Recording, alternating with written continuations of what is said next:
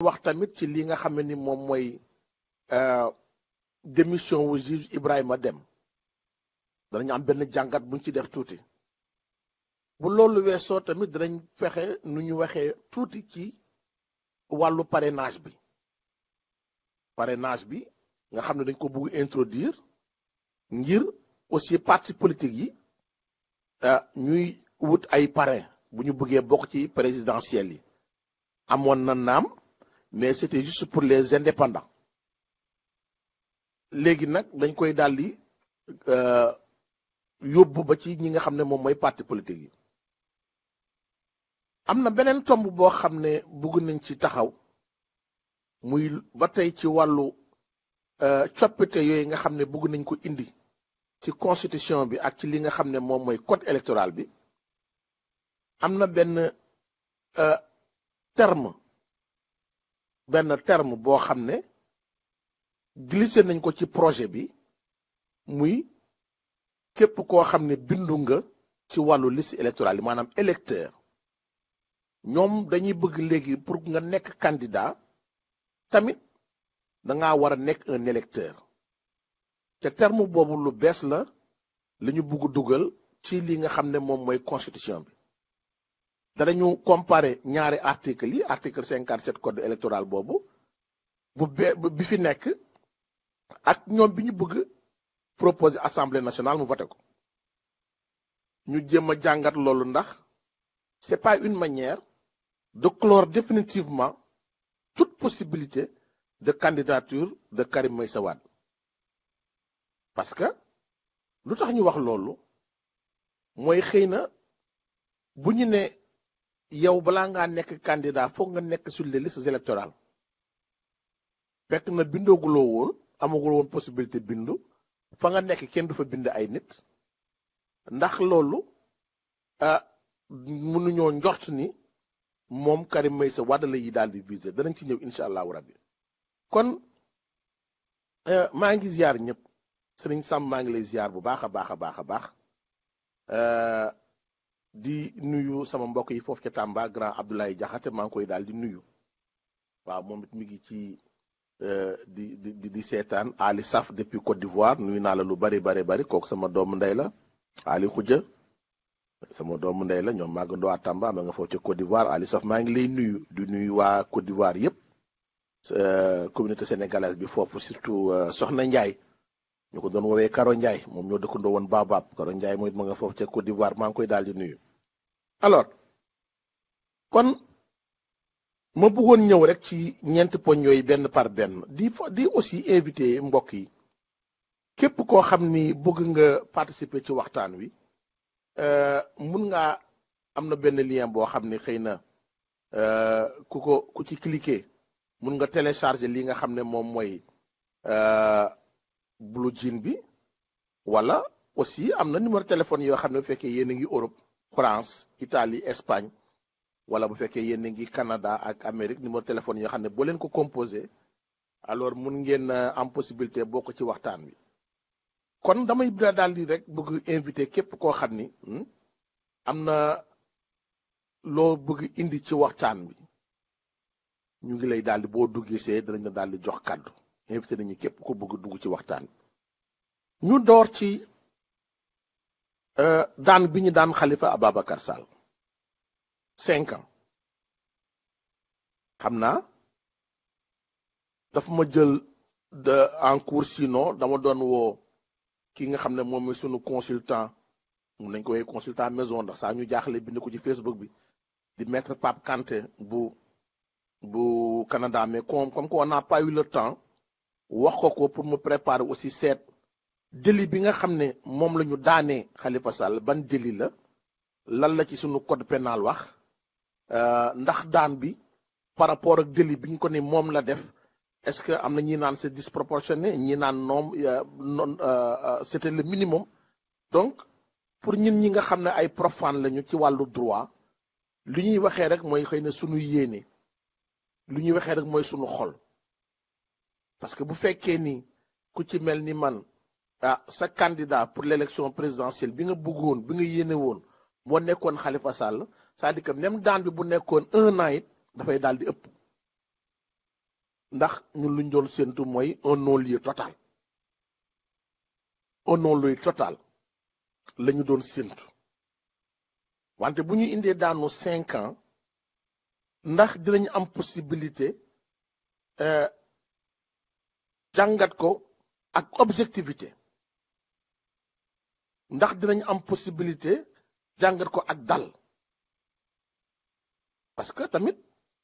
nit ki bu xasee ba far fenn yenn saa pour mu objectif dafay daal di jafe mais danañu jéem suñu kent lay kàttan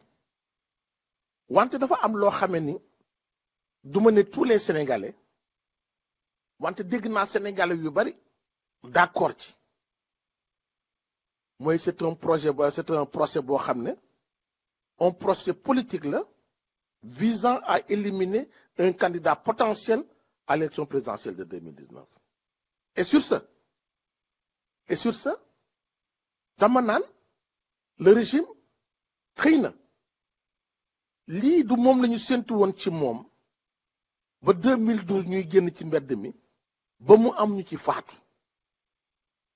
ndax lii la ñu séntu woon ci moom yaakaaruma ko yaakaaruma woon ne lii la ñu séntu woon ci régime bi te it tey dem na ba toll foo xamee ni lépp loo xam ne ñoom ñu ngi koy entreprendre mooy par rapport ak élection yi di ñëw naka la ñuy fexe ba gañe ko te loolu nag damay def benn rappel bu ndaw ma ciy profité di nuyu sama jigéen Nutella naan ko Zeyna depuis Turquie damay def benn rappel bu ndaw que ni le régime de Macky Sall bu mu ñëwee ba tey yi nga xam ne mi ngi koy teg ci ay jalon ci ay wàllu réforme chaque fois boo ko seetloo bu baax dafa am soubassement politique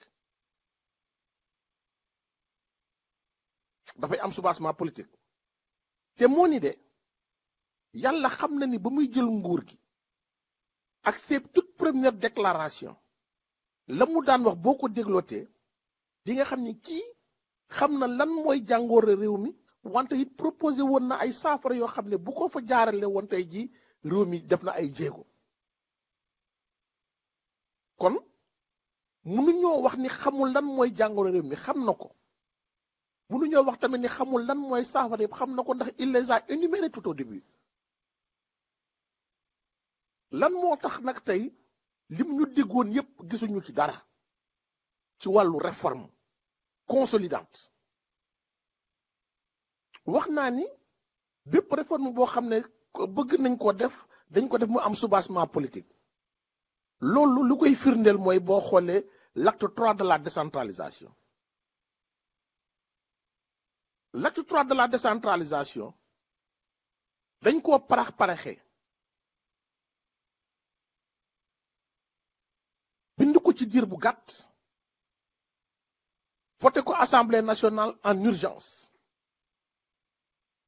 ba ñu koy voté assemblée nationale fekkoon na ni ñoom amuñu woon quorum bi nga xamee ni mun nañ ci voté benn loi mais li ñu def mooy fekk mu nekkoon la veille du màggal ñu bëri demoon màggal mu am ñoo xam ne dañ leen woo d'urgence ñu ñëw mottali li ñu soxla pour mën a voté loi boobu ba ñu ko voté ba pare tey gis ngeen tamit ne dellusiwaat nañu ne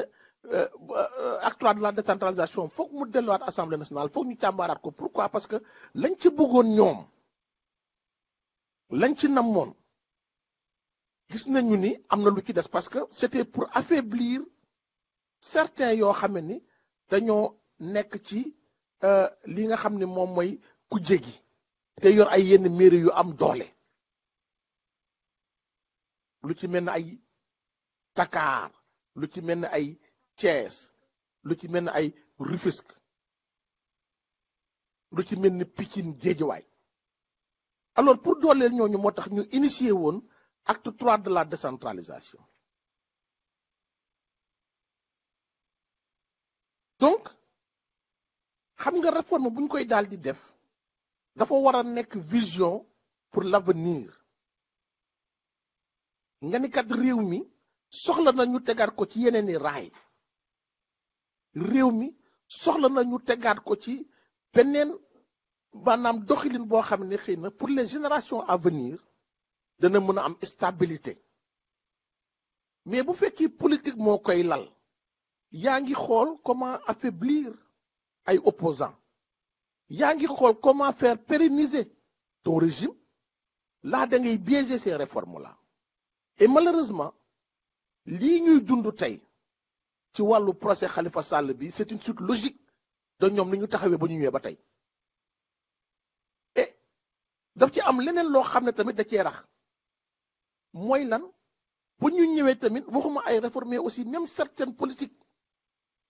dañu ko def pour lan affaiblir l'opposition lu ci mel ni li nga xam ne moom mooy lu ñu tuddee la traque des biens mal acquis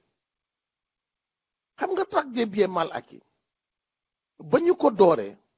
dressé seen liste kenn lañ ci topp xawma ñaar te à chaque fois bu ñuy def loolu dañuy jéem a def semblant ni ñu ngi topp ñu bari mais que ñuy viser ñoom danañ ko teg loxo mais sacrifier wàlle kenn ku ci mel ni par exemple tey bu njaay pour dire que ni ce ne sont pas seulement les politiques te it ba ñu ko toppee mujjeewul fenn ku ci mel ni Abdoulaye Baldé pour dire que ni c'est pas seulement Karim Wade bu Abdoulaye Baldé tamit gis nga ni mujjeewul fenn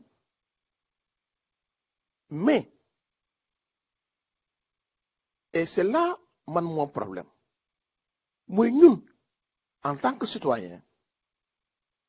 à chaque fois que ay réformes yooyu buy ñëw wala bu la régime di teg maanaam acte yu mel noonu lan moo war a nekk ñun suñu taxawaay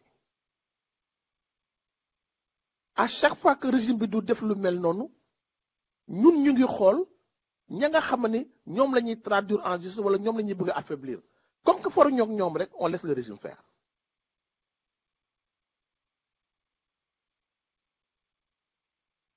le régime de Macky Sall savait que ni le Sénégalais avait besoin d'une reddition des comptes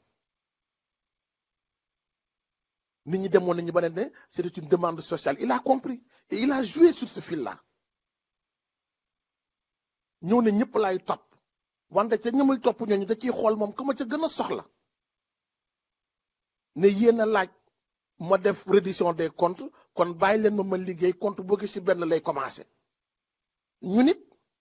comme que ci ñooñu mu commencé dañ leen contrôle ba xeex ñu jële fi ñu ne ah kon kii moom mi ngi ci yoon te pourtant nag loi du tëddee noonu la loi dañuy wax ne elle est impersonnelle dafa war a nekk pour ñëpp quand une loi est impersonnelle warul maanaam viser benn nit rek wala ñaar dafa war a tëddee pour tout le monde képp koo xam ne jàpp nga ni lii ngay bañ mu ngi koy def nga traduire ko en justice comme tout le monde amul benn lay commencé nga commencé yow ca kala neex après mu yem fa moo tax man ni tey lii ñuy dund avec le procès de Khalifa Sall c'est une suite logique de li nga xam ne moom mi ngi koy teg bopp ba tey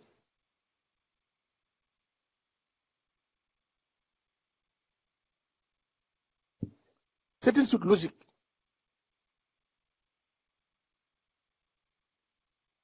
mais nag damay jàpp ni comme ni ma ko waxee léegi sunu responsabilité dafa engagé wu par rapport ak ñoom ñi nga xam ne ñu koy parce que dañ leen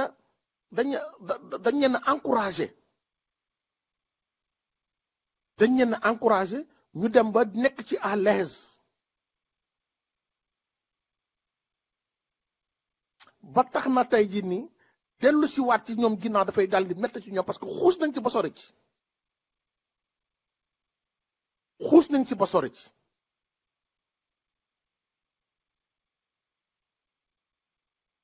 xam nga boo jàppee nit nga ne yaa ngi koy toppee 1 milliard et quelque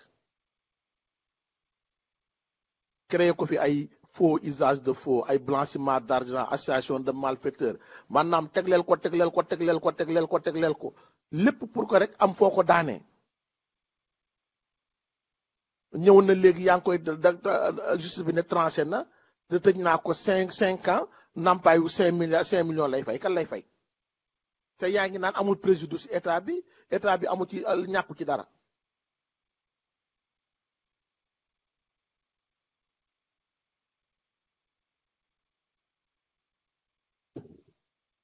xam ngeen ni kon ñun en tant que population dañoo bokk ci li nga xam ne ni tey moom mooy situation bi nous y avons contribué notre responsabilité est engagée moo tax damay wax ni pour li nga xam ni moom mooy ci wàllu le procès Khalifa Sall man naam mënuma cee xuus ba sori ci li ma ciy wax naa ko démb en tant que partisan mais tey horizon 2019 ñëpp la fi nekkal dañuy jéem a def des analyses pour tout le monde ku ci nekk am nga ci sa xalaat wante mbir moom dafa am loo xam ne mi ngi ci mooy ñu ngi seetaan loo xam ne muy raam di jëm ci ñag bi te bu ci amee kër danañu sonal lool mooy réforme yi nga xam ne dañu koy def soit pour gagner élection soit pour affaiblir un opposant ou bien pour éliminer un opposant. Je vous ai donné l'exemple de l'acte 3 de la décentralisation. Acte 3 de la décentralisation boo ko xoolee xam ni du réforme yoo xam ne dañ ko defoon pour gën a mën a consolider suñu décentralisation déedéet c'était à des fins politiques damay rappelé wu benn bés ma toog di seetaan RTS boobu Ismaïla Madior Fall tey jii actuel ministre de la justice était encore conseiller du président de la République chargé de la décentralisation bii ci boppam ma toog di ko seetaan RTS mi ne voté nañu acte 1 première phase bi du moins de l'acte 3 de la décentralisation on va voter la deuxième phase après les élections locales de 2014 après les élections locales de 2014 et nee na ci deuxième phase boobu si le volet le plus important nekk mooy lan mooy redistribution yi nga xam ne moom la ñu war a jox maanaam pouvoir financier bi nga xam ne moom la collectivité locale yi soxla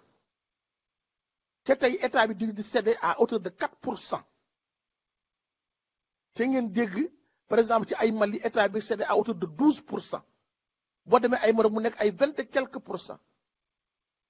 loolu nga xam ne ni collectivité locale yi soxla nañu ko pour doxal seeni politique bopp sans pour autant à chaque fois di xaar état bi ci Ismaïla Madior Fall ci boppam di wax ni moom mooy le volet le plus important. Je me suis demandé mais comment peut-on voter l'acte 3 de la décentralisation ba pare jël le volet le plus important di xaar les élections locales pour bu doo ko mën a voter parce que boobu ñu ngi doon yaakaar ni ces grandes villes là dinañ tomber ci seeni loxo ñoom léegi après ñu mën a àggali seen acte 3 de la décentralisation boobu ba tey ba nga xam ne ville yu ñu doon séntu mujj ñu ko am kenn waxatul cette deuxième phase de l'acte 3 de la décentralisation. C'était avant les élections locales de 2014 ñu ngi ci 2018 tey 4 ans après cette deuxième phase là ba tey ñëwul pourquoi lan moo ko téye kon bëri na ci yoo xam ne tey war nañ koo mën a wax suñuy responsabilité ñun. xaaral ma jël benn mbokk asalaamaaleykum sëriñ. waaleykum salaam wa rahmatulah. mbaa jàmm rek ziar bu baax. nangu ziar di la koy delloo. jàmm rek alhamdulilah ñu ngi santaat yàlla bu baax ñu ngi lay ziar di ziar mbokk yi déglu. ak di seetaan yëpp. maa ngi fiy gis sumay xamee siste Nutella Zeyna Mor An. namu naa ko loolu jàngaar. ndeysaan waaw moom borom baax la Mor An tamit mi ngi ci ligne bi. waaw Mor namu naa ko de sama waa ji nee ko namu naa ko loolu waay. ñu ngi lay dégg ñu ngi ziar bu baax a baax di la féliciter di la jaajëfal bu baax. jërëjëf. di la encourager ci constance bi. jërëjëf. xeex bi moom yàgg na. waaye du xeex buy pare du xeex buy jeex. ndax comme ni nga koy waxee saa su nekk rek loo xam ni cëru ku ku juddoogul da cee nekk Mhm. da nga ciy gore. dëgg la. waaw république mooy loolu dafa doon loo xam ni cëru ku juddoogul mi ngi ci. mi ngi ci. Mhm. ñun nag li ñu war mooy comme ni ko waxee démb Mhm. mooy fexe ba aar cërub ñi juddoogul. Mhm. buñ ko gisee noonu rek duñ tàyyi saa su nekk duñ tàyyi duñ am defet. Mhm. waaw déglu naa sa tàmbali Mhm. démb déglu naa ko di la wax ni que ni waxuma la sax sénégalais waxuma la waa pro xalifa déedéet waxuma waa opposition bi déedéet mais dama xam ay responsable APR direct yu kawe yu ci am métit Mhm. te bala mooy yàgg déjà mi ngi commencé def ses effets parce que xam naa responsable yu démissionné tey. ah bon. waaw te Mhm. di nga ci amee nouvelle bala moo yàgg dëgg la. ndax démb dem constat bi nit ñi def li ci ëpp mooy que ni dañu violer suñu démocratie. Mhm. dañ ko violer dëgg la. viol bi nag metti na waaye dafay gën a metti ci buñ xamee le violeur c'est qui. Mhm. c'est un acte posé par un homme bu nga xam ni muy yow ak coono yi nga daj muy man muy kaneen ak coono yu ñu daj ci ko xam ni xamuñu ko sax wallaay. waaye dañ ko doon def pour suñu réew. Mhm. yàlla mi dara tëwul tey joxe nguur def mu génn ñu teg ko ca kaw amoon ci moom yaakaar dëgg la. bi mu ñëwee mu mel ne dañ ñu soppil nit ki.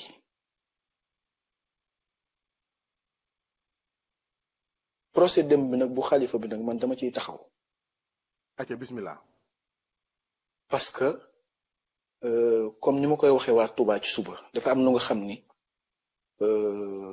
dootul affaireu parti politique dootul affaireu kuy wut nguur waaye affaireu njaboot la. Mhm. sunu réew instant bi ni mu am loo xam ni ak l'affaire Khalifa Sall yàgg naa ko jooy buñ ne kër dafay am kilifa sunu réew ñu ne ñan ñooy sunu kilifa. Mhm. heure boo ko waxee ñuy dellu ci nit ñi nga xam ne jàpp nañ ni ñooy sàmm valeurs yi nga xam ne ñun suñuy valeur traditionnelle lan boo loolu boo ko waxee rek kilifa diine kilifa aada day dugg ma seetlu un mutisme bu nga xam ni dafa ëpp waaye nag tàmbaliwul bii comme ni nga ko waxee sànq yaa ngi ko daan yàgg nga koo wax ñu bari daan la jox depuis Seneweb daa nga wax waa PS daan ko wax ñi ci jàppul ñépp ñi leen attention def leen ndànk bu leen jouir ci condamnation Khalifa Sall Karim Wade parce que gis ngeen kii fi mu jëm bu paree ci Karim Wade dana am ku bees. Mhm. boo ko ma daan wax vraiment wéetoon nga ci trop. lool. parce que booba tu défendre un homme bu nga xam ni nit ñépp dañoo jógoon teg ko baaraam à tort ou à raison. à raison dëgg la. man nekkuma nit kuy manger mes mots man dama jàppoon ci ñi jàppoon ni. Karim Wade dafa jalgati sunu alali réew. Serigne Samb nit boobu ma xeex ko waaye nag bi procès bi tàmbalee ñu génne créé yi teg procès bi. laa ni déedéet lii xawma ko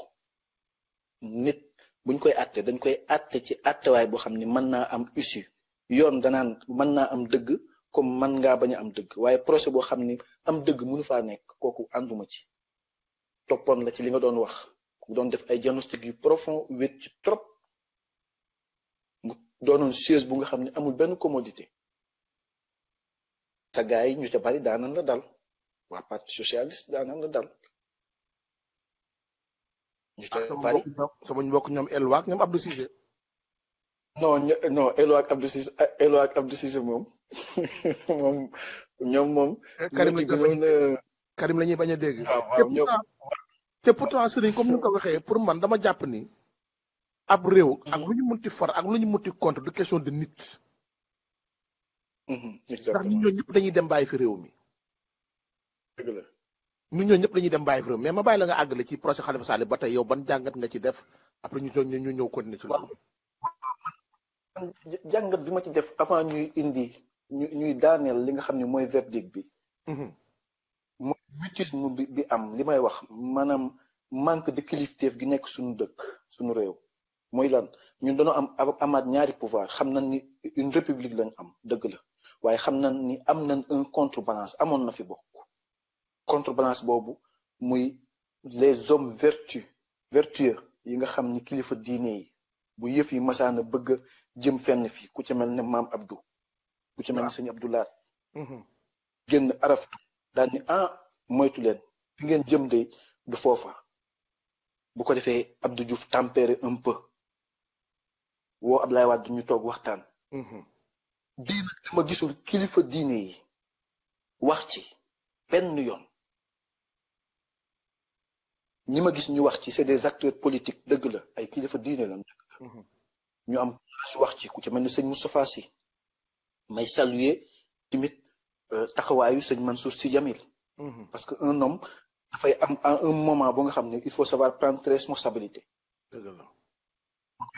honnêtement di ko wax toujours waa Touba li wax ni jëlu leen seeni responsabilité waxtu wi ñu soxlaa kilifteef taxawu leen taxawaayu kilifa ñu ni non ñu ngi koy wax ci suuf man leen bu ngeen di wax ak baadoola te la ngeen di wax ci suuf du ko dégg te ku ca mel ni Serigne Samb bokk seen njaboot jàpp ni da ngeen war a wax da ngeen di wax ci kaw ba Serigne dégg ko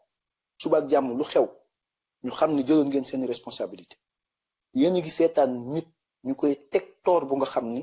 yéen seen bopp xam ngeen ni affaire politique kese la man duma dugg ci yi ñuy naxe nit ñi di la dugal ci ay cote ak loi ak déedéet ndax loola caisse d'avance bi la ñuy tudd ak la ñuy luubal ak la ñuy wax fekk nañ ko fi jariñu ci musuñu cee laal kenn ba nëga ni noonu lay doxe kon question politique la question politique nag wërta fekk wërta nangu wërta tax ñu nangu di seetaan ñuy toroxal as gor man duma xalifiste déedéet mais as gor kenn du seetaan fu ñu koy toroxale ñépp ni pat li ma gis nag à la fin mooy lan waxuma sax verdict bi waaye arrogance bi nan ngay mën a toppee nit 1,3 milliard condamné ko 5 ans di ko amende 5 millions de francs mel ni ku sàcc ab pulaaye waaw dëgg léegi buñ ko wax escroquerie faux usage de faux malversation lu nekk ñu dugal ko ci biir kon léegi kooku xanaa bu doon la ngay wax dëgg la dafa war a fay 1,3 milliard yi dëgg ci ko xam ni déposé 1,5 milliard pour am liberté provisoire nga lànk nga wàññeeku condamné ko ba noppi di ko amende 5 millions de francs CFA. kooku dafa leeral lépp. léegi nag la nga doon wax juróomi at ci gannaaw. tey jii nga ko war a mën a gën a wax lu tax. mooy Khalifa jàll na. mais gis nga buñ mayee ngelaw mu noyyi tuuti ci keneen la jëm. déet Serigne Khalifa jàll na gaa te parrainage bi ñeneen ñi lay viser c'est-à-dire que ñii yoon la jël teg ci ñoom ku ci mel ni Khalifa ak Karim te Karim pareegul ci moom ndax xam na ni am na benn prox ndol bu fa des. xam na ni am na gis nga amaat. nga affaire parrainage bi. ñu bari ñi ngi ci man ba nëga ni man l'arrogance bi ma gisee Macky Sall doxe ko bi mu toogee ak nëga ni il recule devant rien gis nga li muy def nekkul di nëbbatu. déedéet. man justice bi. gis na yeneen opposant yoo xam ni dañ leen di tëjee du ay parrainage ak ay nangam Karim lim dugal ñëpp gis nañ ko xëy na abordé goo ko moo tax bugguma ko laal. mais modification du code électoral à l'article 57. ouais leer na nañ ñi moom loolu moom ko gis dafa am lu nga xam ni. waaw mais nag ba nëga ni nit ñi ngi toog moment bi man sama réflexion toujours mi ngi jëm ci léegi nag quoi faire luy jot na yaa ngi koy répété booba ak nëga ni luy jot mi ngi doog a jot man fi mu toll nii wax dëgg yàlla bëggatuma nekk di am def dilatation ci yenn maanaam erreur yi mu def ak maanaam faute grave yi mu def waaye ñun lan war a def lan mooy suñu responsabilité parce que jot na parti politique yi danañ def seen wàll dëgg la waaye ñun ñi nga xam ne ñooy société civile lan taxawagul pour mën a faire face surtout nag ci diaspora bi ñun war nañ poser des actes pour faire face parce que dañ cee am responsabilité. ku ca mel ne man. ci ñu ko éliroon tey dama jàpp ni en âme et conscience Khalifa Sall li muy vivre dama ci am responsabilité te ñi ko teg laa bokk. devoir la ci man. ma poser des actes pour lii yam fi. loola dinañ am occasion. kaddu la gu may lancé. nit xam ne ñëpp bëgg nañ réew mi soppeeku tegu ci ak njub. ñu jéem a concerté wu xool lan la ñuy teg ñun loo xam ni bu weesoo parti politique yi ñun nan bopp ñun nga xam ne ñooy société civile lan lañ war a def pour lii yam fi. am na solo après xam naa dinaa pour wax ci cas Karim Wade. ak l'article 57 ak li nga xam ne mooy pare. jërëjëf sëriñ. di ko jaajëfal ñëpp. di ko jaajëfal baax sëriñ Samb depuis Italie mu wax lu am solo ci loolu nga xam ne moom mooy réaction par rapport ak li nga xam ne moom mooy le procès Khalifa Sall ak daan gi nga xam ne daan nañu ko. alors ba tey dañuy daal di desandi ci wàllu procès bi mais aussi aborder wàllu deuxième point bi nga xam ne mi ngi woon à l'ordre du jour mooy la démission du magistrat Ibrahima Dème tekki na nombo tànkam. tey mi ngi woon samedi mag malheureusement man j'ai pas pu suivre l'émission xam naa danaa dabe après mais am koo xam ne xool na émission bi aussi mi ngi suivre le dossier depuis bu yàgg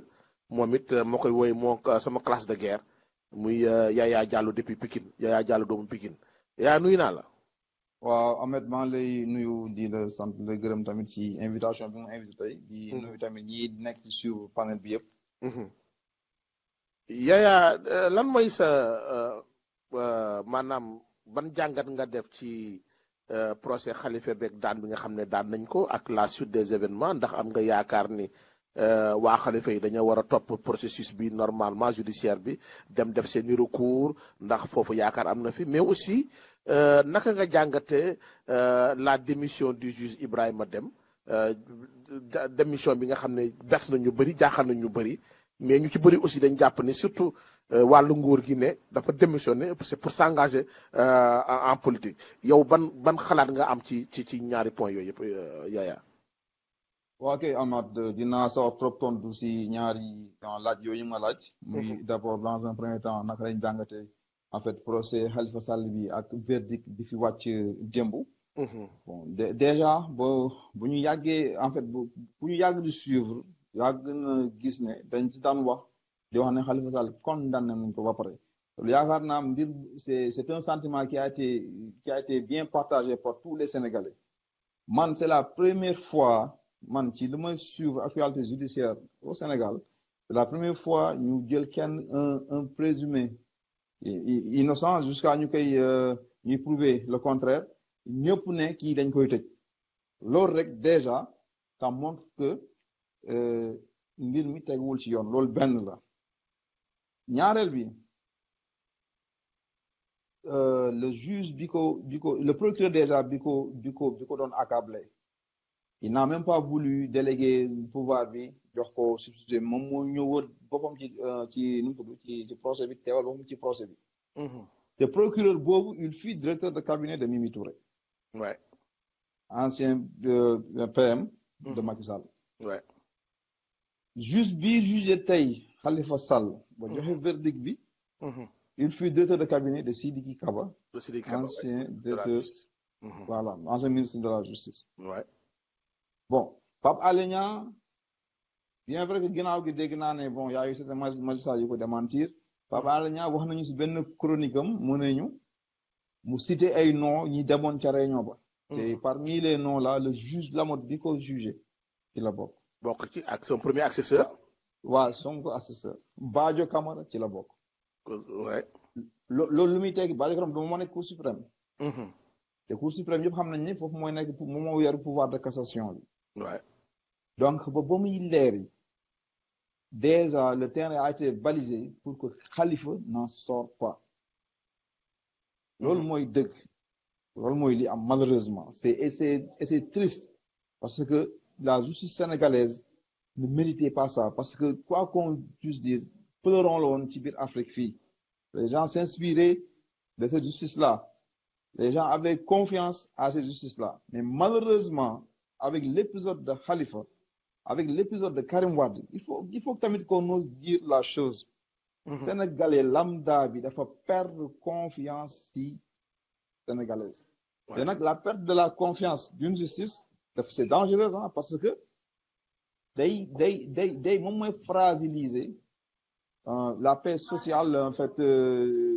du pays da koy fragiliser carrément loolu moom parce que tey quand on n'a pas une justice équilibrée malheureusement duñu mën a xamat même ma génn fi tuuti waaw d'accord aha ñu may ko tuuti rek mu ñëwaat effectivement li muy wax am na solo mooy bu fekkee ni amuñu benn justice boo xamee ni dafay daal di tëddee njaaxaanaay c'est-à-dire que loolu démocratie dafa am yu ko téye ñetti piliers yu ko téye ci piliers yooyu benn bi justice la benn bi exécutif la et législatif benneen bi mooy li nga xam ne moom la ñuy woowee l'opinion publique donc sunu justice bu taxawul comme ni mu war a taxawee dafay daal di naxasal lépp li nga parce que moom moo waroon garantir stabilité bi ma bàyyi yaa mu continuer. voilà donc effectivement Amath li nga normal doon déglu effectivement loolu donc ñëpp xam nañu dëkk moom bu amul justice déjà les investisseurs dootuñu sawar suñu ci dëkk boobu. tout à fait. et les citoyens ne vont plus se sentir en sécurité. Ouais. Parce que man tey si sama bopp man dama ne su ma jàppante kenn un gars de l'APR ñu dem devant la barre man déjà je suis condamné. ça c'est sûr. sans pour autant être jugé je suis condamné. Ouais. Et c'est tellement vrai que boo seetloo bu baax ce qui se passe actuellement xoolal démb Barthélémy Diaz a dit des choses même si buñ ko mënee qualifier de propos déplacés mais il a dit des choses moins graves que lii Moustapha Cissé Lo wax et pourtant Moustapha Cissé Lo dañ ko bàyyi muy air mais Barthélémy Diaz tey il est devenu coupable gars yi jàpp nañ ko dugal nañ ko pour des raisons non avouées pour revenir ci procès Khalifa Sall bi yow comment se fait-il que ñu ne Khalifa Sall dañ koy toppee pour détournement de deniers publics d'1,8 milliard par état bi constitué wu en partie civile yi procès bi ville de Dakar constitué wu en partie civile ñu ñëw ci jugement bi le juge Lamotte mu daa di rejeter toutes les exceptions mu rejeté ko ba pare taxaw mu requalifié waat kii en fait accusation bi ne mënuñu toppee Khalifa détournement de deniers publics mënuñu ko toppee donc li ñu koy condamné actuellement nii c'est pour faux et usage de faux waaw loolu c'est une sanction administrative faute administrative autant pour moi donc pour man lañ ko condamné c'est excessif trop excessif ba pare c'est incompréhensible ba pare ñu jóge foofu yow pour 1,8 milliard nga ne dañ koy amende 5 millions kan ngay fay 5 millions yi te dax nga ville de Dakar comme nu mu tudd comme partie civile. Loolu d'accord ville de Dakar parce que nee nga peut-être nu ñu duggee ci kii bi la mënoon nañ constitué wu partie civile mais nuñ constitué wu partie civile ba dugg ci procès civil yow moom nga daal waaw léegi loolu lu muy tekki parce que man pour man dès l'instant que ñoom dàq nañ idée wu détournement de deniers publics saa yi affaire bi dañ ko war a bàyyi quoi parce que kii fa indi Khalifa Sall mais loolu la ko toppee xam mais tey lii dafa wane ne rek que lii Pape Alé Niang doon wax moom mooy li nekk ce sont des magistrats qui sont préparés désolé de le dire pour donner ce verdict là beneen bi keneen cas bu gën a doy waar comment se fait-il que Maguette Diop nekk ñu désigné ko dem ba à 24 heures du procès xam nga 72 heures je ne sais pas ñuy xamal ne Maguette Diop s'est désisté mais il y a d'autres gens qui disent que Maguette Diop ne s'est pas désisté dañ ko démettre dañ ko désaisir autant pour moi dañ ko désaisir dossier bi yomb ko def ko assesseur bañ ko génne ci dossier bi dafa doy waar loolu tey daf may permettre ma lancer un appel à tous les citoyens du Sénégal nga xam ne ñun nous sommes plus en sécurité dans ce Sénégal nous sommes plus en sécurité parce que ça est justice du ay caaxaan quoi juste ay caaxaan parce que tey l'honnête citoyen bu demee ba amatul confiance si justice dëkkam c'est catastrophique parce que tey le juge Lamotte je suis désolé de le dire wane na carrément que tey ku ñëw fii lu Macky Sall bëgg moom lay def maintenant xëj na tous les magistrats ne sont pas comme le juge Lamotte xëj na mun am y a des gens très intègres parce que effectivement si sa deuxième question bi Ibrahima Dème en fait wane na loolu xam nga Souleymane Teliko wane na loolu y a d'autres am na yeneen magistrats day juste dem ci émission am ba si dana fay magistrats yi nga xamante ne ni dañuy taxaw carrément rendre en fait le truc le juge au nom du peuple ñooñu ce ne sont pas des magistrats carriéristes ñoom seen carrière ça les importe peu li leen intéressé mooy que la justice soit debout atte yoon le citoyen lambda bu amul dara ak citoyen bi nga xamante ne c'est citoyen d'exception la parce que Macky Sall en réalité loolu la créé Sénégal dafa créé deux Sénégalais dafa créé deux types de Sénégalais mais sur cette démission du juge Dème parce que je crois que le président de l'IMS Teliko li mu wax leer na nee na gaa d'accord na ni la justice va mal on peut pas parler de l'indépendance de la justice mais aussi ñii dañoo tànn dem ñii tànn toog pour xeex de l'intérieur est-ce que c'était la bonne solution pour le juge Ibrahima Dème mu daal di bàyyi jeter le tablier bàyyi est-ce que là c'est pas démissionner tout complètement du combat. Ok, il s'est expliqué sur ça parce que une pareille question lui a été posée par Pape Alé Niang. Il avait très bien répondu. lu mu wax mu ne moom c'est parce que il a pendant très longtemps mené le combat à l'interne sans pour autant mu arriver ci li mu bëgg te nee na du moom kese le sentiment bi mu am ci justice sénégalaise bi nekk magistrat il n'est pas le seul am na ñeneen ña nga xamante ne ni ñu ngi ci biir magistrat yi ils ont le même sentiment mais xëj na peut-être moom sañ-sañ bu mu jox boppam bay wax loolu moom waxu ko mais mën naa si jox xëy na moom sañ-sañ bu mu jox boppam bay wax peut-être ñeneen ñi joxuñu boobu seen bopp sañ-sañ mais quand même ils ont en fait la même vision de la justice sénégalaise wax na ko nee na en 2006 lañ commencé mener de manière hardie combat bi c'était sous l'ère Abdoulaye Wade ba muy jox exemple mu ni si tu te rappelles am na benn année Abdoulaye Wade daal di gracier toutes les femmes waaw mu ne boobu moom jug na wax pour dénoncer carrément que loolu noonu en fait war ñu koon def parce que nee na amoon na ay femmes yi nga xamante ne elles étaient bon y'a un terme ci droit bi mu dama ko fàtte mais daal ñoom en fait ne war ñoon nekk ña nga xamante ne dañ leen waroon gracier parce que nee na loolu dafay créer benn précédent bu doy waar ci Sénégal ci dans l'histoire judiciaire sénégalaise te loolu mosu woon am c'était pour montrer que ce n'est pas avec sous Macky Sall maanaam le commencer mener ces genres de combat parce que bu ñuy fàttaliku en 2016 je ne sais pas 2016 je pense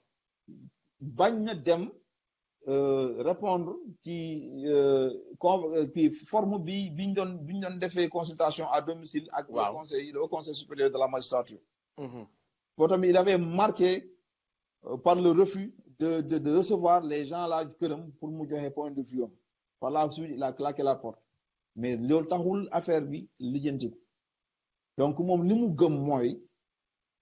instant bi muy nekk ci biir magistrature bi nee na il était parce que nee na magistrat yi mel ni moom ak ñoo bari mais nag y a le droit de réserve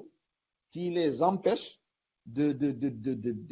dire ce qu'ils pensent de leur corporation.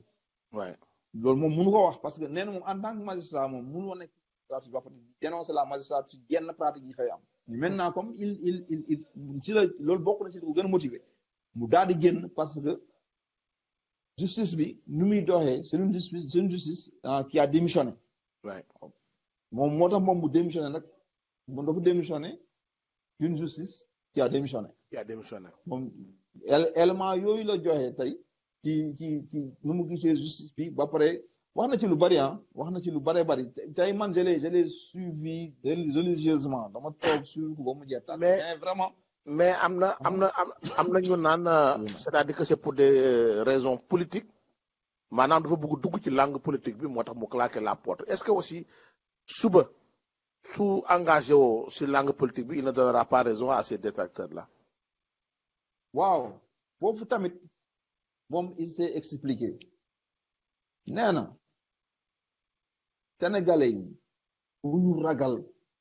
def politique. nee na parce que loolu ñuy wax noonu c'est un piège ñuy naan dafa bëgg def politique pour bu ko defee moom mu rebuffé wu di wax ne non mu def politique nag nee na day def politique te dara mënu koo tere def politique. parce que li mu bëgg changer. li mu bëgg changer. s'il ne détient pas les rênes du pouvoir du ko mën a changer avec cette classe politique bi nga xamante ne le pouvoir n'a cessé de tourner entre leurs mains ñoom ñëpp kenn du si jéem a laal. def une réforme très profonde de la justice sénégalaise te nee na loolu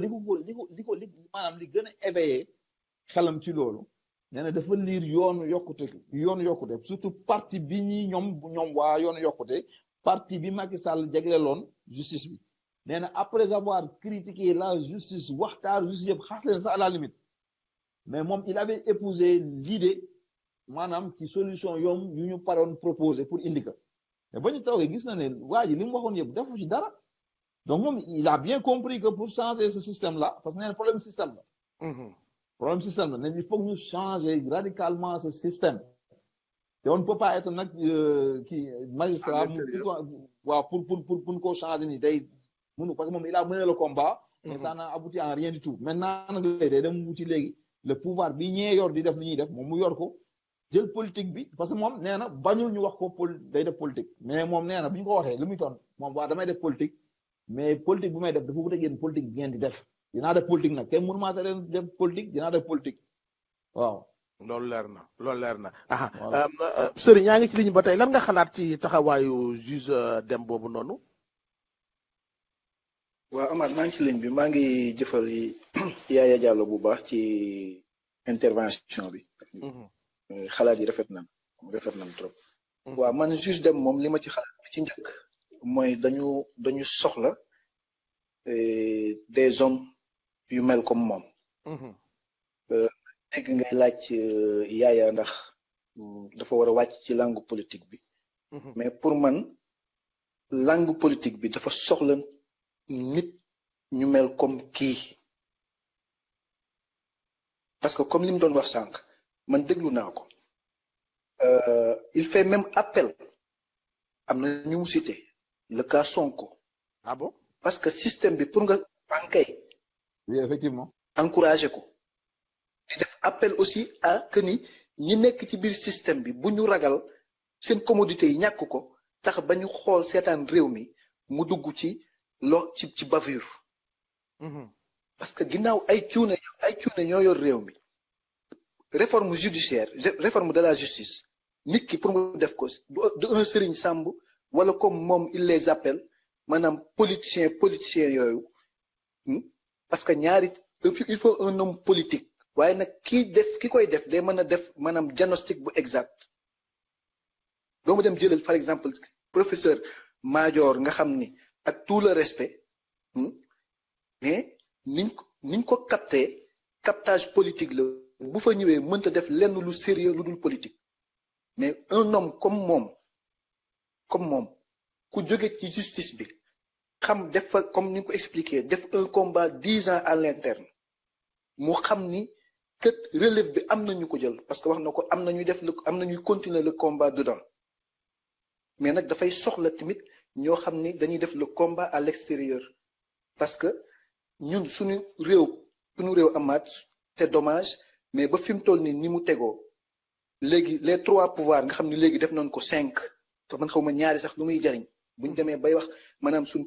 pouvoiru réew ñu ciy yokk lu mel ne li Aminata Tall jiite sëñ bi musiba la mais pouvoir judiciaire bi toujours pouvoir politique bi moo koy te wax dëgg yàlla ñiñ gisagul ñu yilif ko ak nëga ni yilifuñ ko wax dëgg ak de manière saine daal man nag moom boo gisee koo xam ni ak nga xam commodité bi mu nekkoon ci agence bi mu nekkoon mu mën a xëy suba parce que du question bu nga xam ne dafa tëb rek def ko 1 an ci ginnaaw démissionné woon na léegi mu génn ci corps bi totalement am na objectif bu tax mu koy def mais nag li tax mu koy def amaat moo tax 2 fukki at ngay daj coono keneen di ko daj képp ku xool ni Amath Diouf boo doon xool ni yow kët position yi ngay jël boo déposer projet toujours opposant ngay doon comme ni ñu la koy waxee boo déposer projet ñi kii opposant la teg ko ci biti doo def bataille yooyu il faut que yenn saa yi suñu réew pour mu jëm kanam ñu commodité suñuy intérêt personnel ñu mettre ko à côté teg au devant les valeurs de notre république man sincèrement apprécié naa bu baax génnam te tamit ku may appel bi mu def tamit maa ngi ñaan nit ñi dégg ko parce que Ousmane Sonko bu génnul woon impôt et domaine Amath la muy jëriñ réew mi du Ousmane Sonko bi mu génnee impôt et domaine li mu jëriñ réew mi moo ëpp fuuf li mu jëriñ réew mi ci 18 ans de service yi mu def impôt et domaine parce que lim ñu éliminé rek bu ko génnul woon du ko man même cas bi tamit parce que bu nekkee ci biir corps bi moom tamit le juge magistrat dem am na yoo xam ni du ko man invitation ak Pape Alé Niang bi tey ci suba ak ouverture de verbe bi mu am mënu ko woon am en tant que magistrat te réew mi danoo soxla xam man tey laa doog a xam vraiment feebaru dëgg feebaru suñu justice ko daan dénoncé rek di ko dénoncé parce que li ci kaw laay gis mais moom tey laay doog a xam man dafay def un diagnostic très approfondi ci lan mooy feebar bi ki am nag un diagnostic vrai bu toogee jàpp naa ni dana mën a am un médicament bu nga xam ni dana ma saafara jàngoro bi loolu laa ci xalaat maa ngi taxaw foofu tuuti. am na solo kon de xam naa ñaax ngeen ma pour ma seetaan ko su ma ci pare ci émission bi danaa dem toog ma nit seetaan ko ak xel ngir mën a comprendre bu baax li muy wax alors loolu am na solo mais fu mu toll ni man li ma bëggoon a ñëw mooy 3e et dernier point bi dama koy ramasser def leen ñaar mooy wàllu parrainage bi ak li nga xam ni moom mooy réforme yi nga xam ne ñu ngi ko ciy dugal ndax parrainage bi du moom rek dinañ changer article bi nga xam ne moom mooy article 57 du code électoral d'abord parrainage bi nit ñaa ngi koy ragal Yaya lan moo tax nga jàpp ne nit ñi ragal parrainage bi. waaw bon xam nga dañuy dellu tuuti rek ci Macky Sall tuuti rek. Amath même tuuti rek ma dellu si Macky Sall pour won la les gens bu ñu ragalee en parrainage bi ils ont juste raison. bon Macky Sall ba muy ñëw dafa ne moom du def promesse comme la classe en fait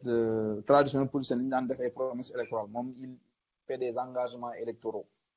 am point bu ñu ko wax mu ne il s'engage mais ñu ñëpp gis nañ ni ci li mu engagé woon lépp amul lenn lu mu ci topp amul lenn lu mu ci def te ba pare en général ce qu'il dit li nekk ci ginnaaw mooy gën a yaatu foofu ci li ñun maanaam lu mu ñuy servir ñu koy gis ni il a toujours fonctionné comme ça c'est il excelle dans la tromperie désolé de le dire mais il excelle dans la tromperie ce président tey système parrainage bi moom est-ce que moom bu ñu ko appliqué woon système parrainage bi 2012 tey dina toog nekk président mais lan moo tax Macky Sall di bëgg def nit ñi la nga xamante ne ni moom kenn def ko dëgg lu tax loolu parce que tey ñëpp gis nañ ba ñu bëggee éliminer la candidature de Youssou Ndour moom nee na fournir na lu ëpp signature yi ñu ko demandé woon fournir na lu ëpp signature yooyu noonu mais malheureusement il s'est retrouvé sa candidature rejetée par le conseil constitutionnel ba tey ñoom ñoo habilité à nu mu tudd ñoom ñoo habilité à valider les candidatures waa tey bu ñëpp déposer seeni candidature ba pare ñooñ di valider malheureusement les candidatures amul représentant parti politique bu fay toog kenn toog y a que les 7 juges constitutionnels ñoo fay toog te fii ñu ñëpp gis nañ fii conseil constitutionnel nu muy doxee ñu ñëpp gis nañ ko conseil constitutionnel musul jël un avis qui est contraire au désir et au vouloir du président en fonction musu koo am xool nañ seetaan nag nañ seet bu baax di ñi fi jaar yëpp régime yi fi jaar yëpp le conseil constitutionnel s'est toujours prononcé favorablement ci en général ci pouvoir politique en place lu mu bëgg donc tey système parrainage bi ñu ko bàyyee mu jàll fii bul xam la moo ci judd te ba pare am na danger bu ci am risque bu ci am man dama lay jox man Pikine fi ma dëkk nii pour te dire que les gens là ils sont dangereux démb famille dem marché démb lan lañ ñu wax man parce que tey si suba la am information bi dañoo ne dafa am ay nit ñu ñëw dugg ci marché yi dajeeg ñoom di leen ne waaw joxuñu sa photocopie carte d'identité te lii xam nga état bi dafa am ay parcelles yu muy jox nit ñi dugg na fi génn fi tu vois léegi tey bu ñu récupéré ñooñu seen pièce d'identité yëpp inscrire leen teg man tey bu fekkee ne ñooñu kooku ñu inscrire naxee ko loolu ñu inscrire trop ci loolu man koo sama militant la moom ma soxla signature am pour parrainage mais su ma demee fële bu ñu confronté les noms là dañuy gis ne y a doublon signature boobu dootul compter et on va rejeter pas mal de candidatures des candidatures fantaisistes parce que candidatures fantaisistes yi et Macky Sall qui les a créés lors des élections législatives Serigne Mbacké wax na ko ba mu set nee na Macky Sall jox na ko xaalis mu campagne ci élection législative donc c'est clair que beaucoup de gens yu participé ils ont reçu peut-être genre kii yu mel noonu genre appui yu mel noonu ouais donc tey ils ont juste raison d'émettre des réserves sur ce parrainage là xam nga lan la bu la nee nañ jël caution bi yóbbu ko 100 millions c'est pas grave mais nañ bàyyi ku bugg participer mu participer parce que moom ba muy ñëw dafa am partem rek mu dem parce que tey constitution bi mënul ne parti politique am na droit conquérir au suffrage universel moom Macky Sall mu taxaw fii à quelques mois du dépôt des candidatures muñ naan non damay def tri mais moom lan lay ragal lan lay daw da bàyyi nit ñi ñëw parce que mun xoolal nag leen nag moom la ko xam quoi mu neex ko mu naxari ko bu yàlla tuddee ne day wàcc 2019 day wàcc munu ci dara gis nga bët Wolof Njaay moo ko nee na bët lu koy fatt du ko gis war na xool bu baax ci kaw Yaya Jammeh un trésorier de parti moo ko fekk foofu ramassé ko moom na def attention bu baax a baax bu yaakaaree ne lu mu yor nii moo ko moom juum na lu mu yor nii Sénégalais yi ñoo ko moom Sénégalais yi ñoo ko jox pouvoir bi te Sénégalais yi dinañ nangu pouvoir ci loxom jox ko ku koy doxal yoon. alors loolu am na solo Serigne lan moo ci sa xalaat yow Serigne ci wàllu parrainage bi ndax allo Yaya. waaw xam nga waaw wàllu parrainage bi moom. Yaya déggatuñ na de sa micro tëju na allo Serigne Mema Yaya yaa ngi wax ba tey mais ñëwatu allo Yaya. waaw. waaw léegi ñëw na c'est bon continuer vas-y aha. xam nga parrainage bi Macky Sall dafa xëy suba 2016 ñun Sénégalais yi dañoo gaaw a fàtte Macky Sall dafa xeex ba 2016 pataxee ñu en 10 jours def noonu ab dëgg la référendum constitutionnel boobu daf caa dugal réforme des partis politiques agglomération des partis politiques yi muy wax loolu bañ ko daree wax du 2017 bii yàgg nañ ko wax avant 2012 léegi moom la taxoon mu pataxee Sénégalais yi en 10 jours def ci 16 milliards mais yooya ñu ko joxoon na ko appliqué ba noppi dëgg appliqué woon li nga xam ni moom la charte yi l'organisation et le règlement des partis politiques kon du am problème parti politique mais loolu du ko def xam nga lu tax du ko def Amath Macky Sall n'a pas un parti politique Macky amul parti te bëggul parti Macky objectif am mooy tas parti politique yi Sénégal lépp mel ne APR Touba ni mu toll Touba laa wax de nga xam ni mooy daanaka 2e ville ci numéro de vote Sénégal Touba amul un coordinateur amul bureau te li nekk Touba lu ca mel noonu moo nekk faneen moo nekk fépp guerre mexicaine la armée mexicaine lañ yor loolu la bëgg parti yépp doxe ko boo gisee mu tas PS tas AFP maanaam loolu la soxla Macky li mu soxla mooy parti politique yi bañ fee amati parce que loolu moo li mu bëgg moom loolu moo ko mën a may léegi parrainage bi bu weesoo moom à part constitution bi bu ko toppee def li nga xam ni mooy les règles fi mu dugaloon suñu 16 milliards pataxee ñu ni lii daf ko soxal ñaari at mu tëdd fa di nelaw pare affaire parti politique yi réglé mais bu weesoo loolu Amath législative yi ñun xaaruñu sëñ Mbacke Ndiaye di ko wax pour ñu xam ni Macky Sall yow sa bopp xam nga ay mouvement yoo xam ni ñun dara réeruñu ci yoo xam ni Macky Sall maanaam 3 mois yàgg na ñu jot seen caution tëdd di nelaw wallaay bi la proposé caution boo ko nangu woon dem dëgg la ñu bari contacté na du ma proposé caution bu ma ko nangu woon dem caution yooyu yëpp fu mu doon jóge xam nañ fi mu doon jóge ñun moo taxoon ñu lànk ko ci Macky Sall la doon jóge agglomération bi nga xam ni moo amoon ci liste législative yi weesu moom moo ko créé bi mu koy créé xam nga Macky dañ ko teg dof te fekk na moom fi mu toll nii li mu soxla fii ak ñetti at mi ngi koy commencé liggéey ren dañuy dem nag ñun ba dal ci doo nga xam ni kii lii la doon wut nag mais bu weesu risque yi dégg naa tey ci suñu classe intellectuelle bi ak ñuy tuddee borom xam-xam ñu am autorité di wax dañoo war a xool li ñuy wax dégg naa tey ton ami la Silla mu génn ci rajo yi wax que ni parce que ginnaaw léegi fi mu toll nii affaire bi dafa position bi Sénégalais yépp xam nañ ni d'accord ci parrainage bi ñu ni léegi dañuy teg léegi benn commission boo xam ni muy vérifier signature yi mais commission muy vérifier signature ay Ndiaga Sylla ak Serigne Samba keneen nekk ca ban autorité la am pour mën a taxawal conseil constitutionnel la muy jël xalaat parce que luñ la mën a vérifier fi nga xam ne moom buñ la dàqee amatoo recours foofu wóorul dem parrainage bi nan ko lànk teg ko ci suuf xam ni ay pexe kese la ñi nga xam ni exilé wu leen ñii mënu leen tëj kaso loolu tax mu génne parrainage moom waruñu ci sax waxtaan dañ ko def comme ni ko waa PUR def mais buñ topp mukk ñi nga xam ni dañoo wane ni position bi lan bokk wala ci autorité civile lan dañu nanguloo ñuy dugg ci dans un débat bu nga xam ni naan léegi war nañ ko mën a nangu buñ tegee ab commission nangam déedéet commission buñ fa mën a teg Macky Sall lañ fay dugal buñ ko nangu italien di wax boycotté nañ ko boycotté totalement man loolu laa d'accord boycotté waa ñu làkk italien ñun ñëpp ma jël bëgg fàllu salaamaaleykum bëgg fàllu waa Californie maa ngi lay nuyu maaleykum salaam Amath na ngeen def namm la lu bare mbaa yaa ngi ci jàmm non sant rek maa ngi nuyu ñi ci panel bi ñëpp ñu ngi lay fay di dellu di santaat yàlla suñu borom jërëjëf ndax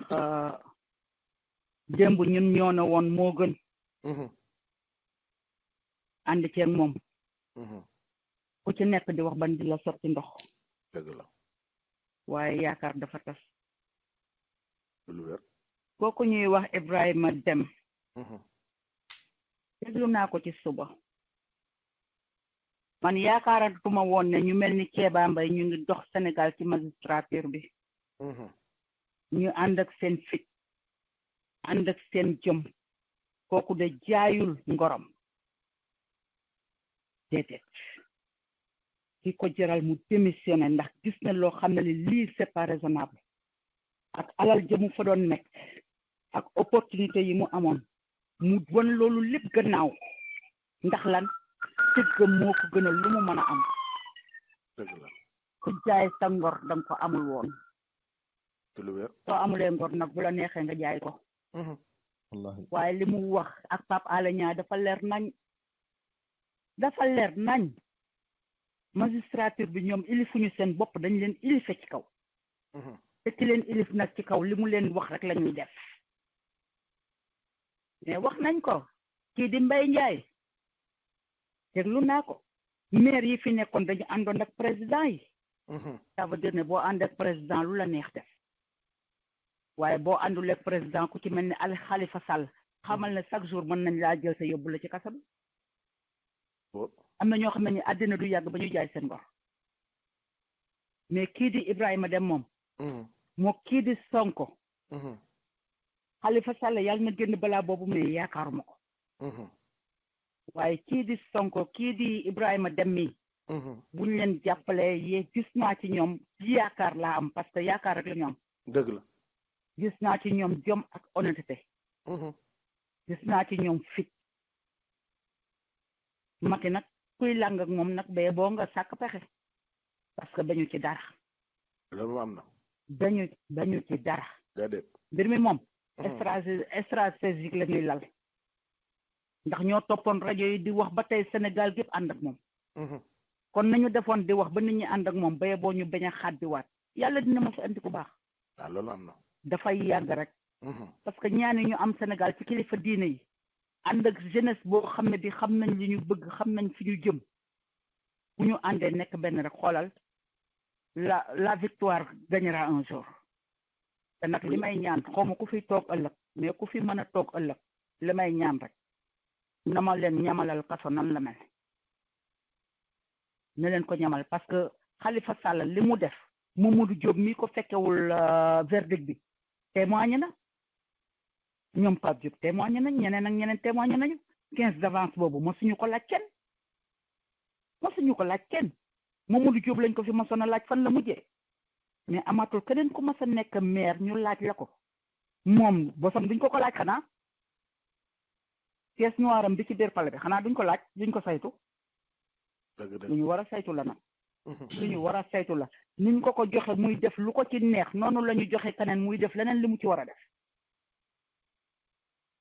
mais nag yal nañu yàlla boole taxaw. amiin yaa rabbal aalamiin. te Sénégal yal na ko yàlla aar te aar doomu aadama ya fa nekk ñëpp. amiin yaa rabbal aalamiin amiin yaa rabbal aalamiin. jërëjëf Amar. jërëjëf Fallou di ko jaajëfi depuis foofu ca Californie moom it ñu yàgg lool wax dëgg neex yàlla. ci ànd bi nga xam ne ñu ngi koy ànd ci xeex bi alors dama dernier point moo doon wax rek ni parrainage bi naam nee na dañ koy proposer waaye ci biir parrainage bi aussi foog ñu modifier li nga xam ne moom mooy code électoral bi donc foog ñu modifier constitution bi ci loolu dañoo am lu bees loo xam ne ñoom dañ ko cee dugal dañ ko cee sërëxal muy ci article 57 article 57 bi nii la tëddee fu mu toll nii dafay wax mi ne tout Sénégalais la wax tout Sénégalais peut faire acte de candidature et être élu sous réserve des conditions d'âge et des cas d'incapacité ou d'inéligibilité prévus par la loi maanaam képp kuy doomu Sénégal su fekkee ni sa at mat na ak li yoon tëral ni fii boo ko jaaree maanaam perto say droit civique maanaam dara jotu la maanaam amoo double nationalité yu ci mel yu ci yooyu yëpp laa na li nga xam ne moom la loi bi prévoir boo ko matalee war ngaa mën a présenter wu pour élection présidentielle loolu la article 57 ci jamono yi loolu la wax ñoom nag lu bees liñ ci dugal mooy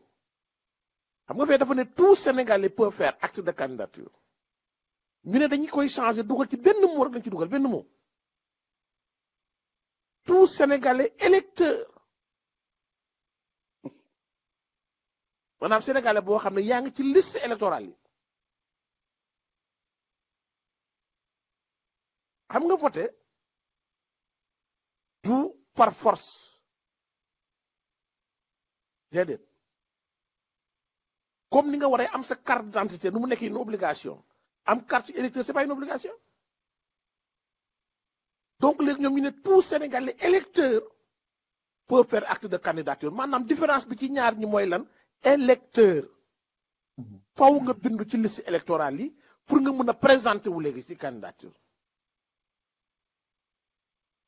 xel du jëriñ lu dul xalaat loolu boo ko déggee sa xel di mooy sama xel lu ciy jàpp mooy man sama bos lu muy jàpp mooy Karim Wade la ñu bëgg fu mu doon nii foofu comme que exilé nañ ko mais ba tey ñoom ñuy dëgër bopp naan dana ñëw ak du ñëw ñu ne xaar nañu xool lu gën a wóor dugal ci constitution bi loo xam ne dootul mën a bokk ba faw bu fekkee ni bindiwul woon ndax ba ñuy waajal yenn yi moom mi ngi woon ci kaso ba mu génnee kaso ba dañ ko exilé directement foofu te foofu ba mu nekk ba tey jotu bind amu fa ndax ci diggante bi dañoo changé fichier électoral bi foofu mu nekk bind bu bees ku bokkul woon ci élection yi passé législative yi ku ci amul woon kayit soo binduwul heure bi nii ci ñaari weer yi kon loolu mooy doo mën a bokk ci élection présidentielle loolu nag dafay dellu si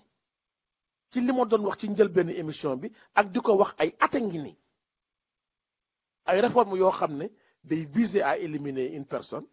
day viser à éliminer un candidat day viser à affaiblir des maires day viser maanaam c'est pour des circonstances du moment. Une loi personnelle quoi. Voilà, une loi personnelle circonstancielle. xam nga jël lu mel ni constitution Sénégal dugal ci loo xam ne ça vise une seule personne mais lu doy waar ñu mais malheureusement au Sénégal au lieu ñu xool danger bu nekk ci tripatouillage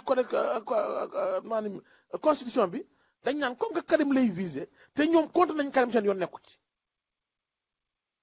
voilà le mal du Sénégal aujourd'hui voilà le mal du Sénégal aujourd'hui un seul mot la ñu dugal ci la ñu bëgg dugal ci article 57 bi un seul mot électeur mu changer la donne complètement si Karim Wade ne s'était pas inscrit sur les listes électorales te gisuma fan lay jaar parce que code fichier bu bees la ñu am boo xam ne daaw lañ ko defar ku fi nekkul woon daaw fa nga nekk bindu wuñu woon léegi naka ngay bindoo te kenn mënul bind par délégation alors ndax xel lu jàpp ko ni kon kii il est le seul visé par cette modification là. bismillah loo ci xalaat Yaya après ñu jox tamit sëriñ ñu ci xalaat ñëw tëj waxtaan bi. waaw Amath li nga wax lii. c'est tellement évident. dafa leer quoi dafa leer nañ mais nag man bëgg naa ñu taxaw foofu tuuti. ak bismillah. bon ñoom dañoo créer en fait dañoo bëgg modifier loi bi par rapport ak une personne parce que sinon y a rien qui justifie ñoom yi ñu bëgg dugal yëpp ay parrainage ay une personne inscrite sur les listes électorales parce que tey ñoom mënu ñoo proposer benn réforme ci constitution bi ñu voté ko en référendum en 2015 même pas 2 ans ñu bëgg revenir en arrière ci lu ñu proposé Sénégalais yi loolu Macky Sall moo ko proposé Sénégalais yi du Sénégal ñoo ko proposé du Sénégal ñoom ñoo sentir en fait la nécessité en fait pour ñu réviser la constitution bañ ko yóbbu référendum donc tey bu ñëwee toog à quelques mois toujours des élections muy ñuy indil des lois yi nga xamante ne ni ça vise effectivement une personne c'est la personne de l'autre là de Karim Wade parce que tout simplement te Karim yàlla moo ko commencé bëgg génne ci lu ñu ko dugaloon parce que bu dem ba français yi débouté l'état sénégalais ñoom amatuñ fu ñu jaar bi man gisuma ñoom fan lañu mën a jaar ba mën a en fait tere waa ji mu ñëw bokk ci élection yi tudul effectivement seen genre kii yooyu ñuy def parce que tey moom bu bindoo sax mun nañ bloqué bindam bi mun na bañ a génn parce que ba tey jii may wax ak yow des gens qui se sont inscrits en nu mu tudd des gens qui se sont inscrits depuis janvier passé pas janvier bii de 2018 janvier 2017 des gens qui sont inscrits en janvier 2017 ba tey jii ni jotuñu seen carte d'identité. Ouais. te ku jotul sa carte d'identité munoo ça veut dire que munoo voter. déedéet. Actuellement Sénégal fii ils ont lancé en fait la révision ah nit ñi ngi bind te même opposition sénégalaise bi foofu laay waxee toujours ñoom dañuy nelaw quoi parce que ils ont laissé trop le gars faire ses manipulations faire ce qu'il veut déjà ubbi na def 2 mois pour ñu mën a bindu ci liste liste électorale bi ba pare maintenant pour les promo inscrits xaw ma primo inscrits yi wax je sais pas les primo votants yi léegi ñoom ils sont obligés d'aller dans les kii là sous préfecture ou préfecture ñu dem bind ji foofu léegi dama jox kaaw Pikine est divisé en 3 sous préfectures il y a la sous préfecture de Pikine Daoudan il y a la sous préfecture de Thiaroye et la sous préfecture des Niayes. Par exemple ki nga xamante ne dafa bokk sous préfecture Pikine Daoudan boo dëkkul Pikine Ouest dëkkuloo Pikine Nord plus ou moins dëkkuloo Pikine Est boo dëkkee Thiaroye wala Guinaw Rail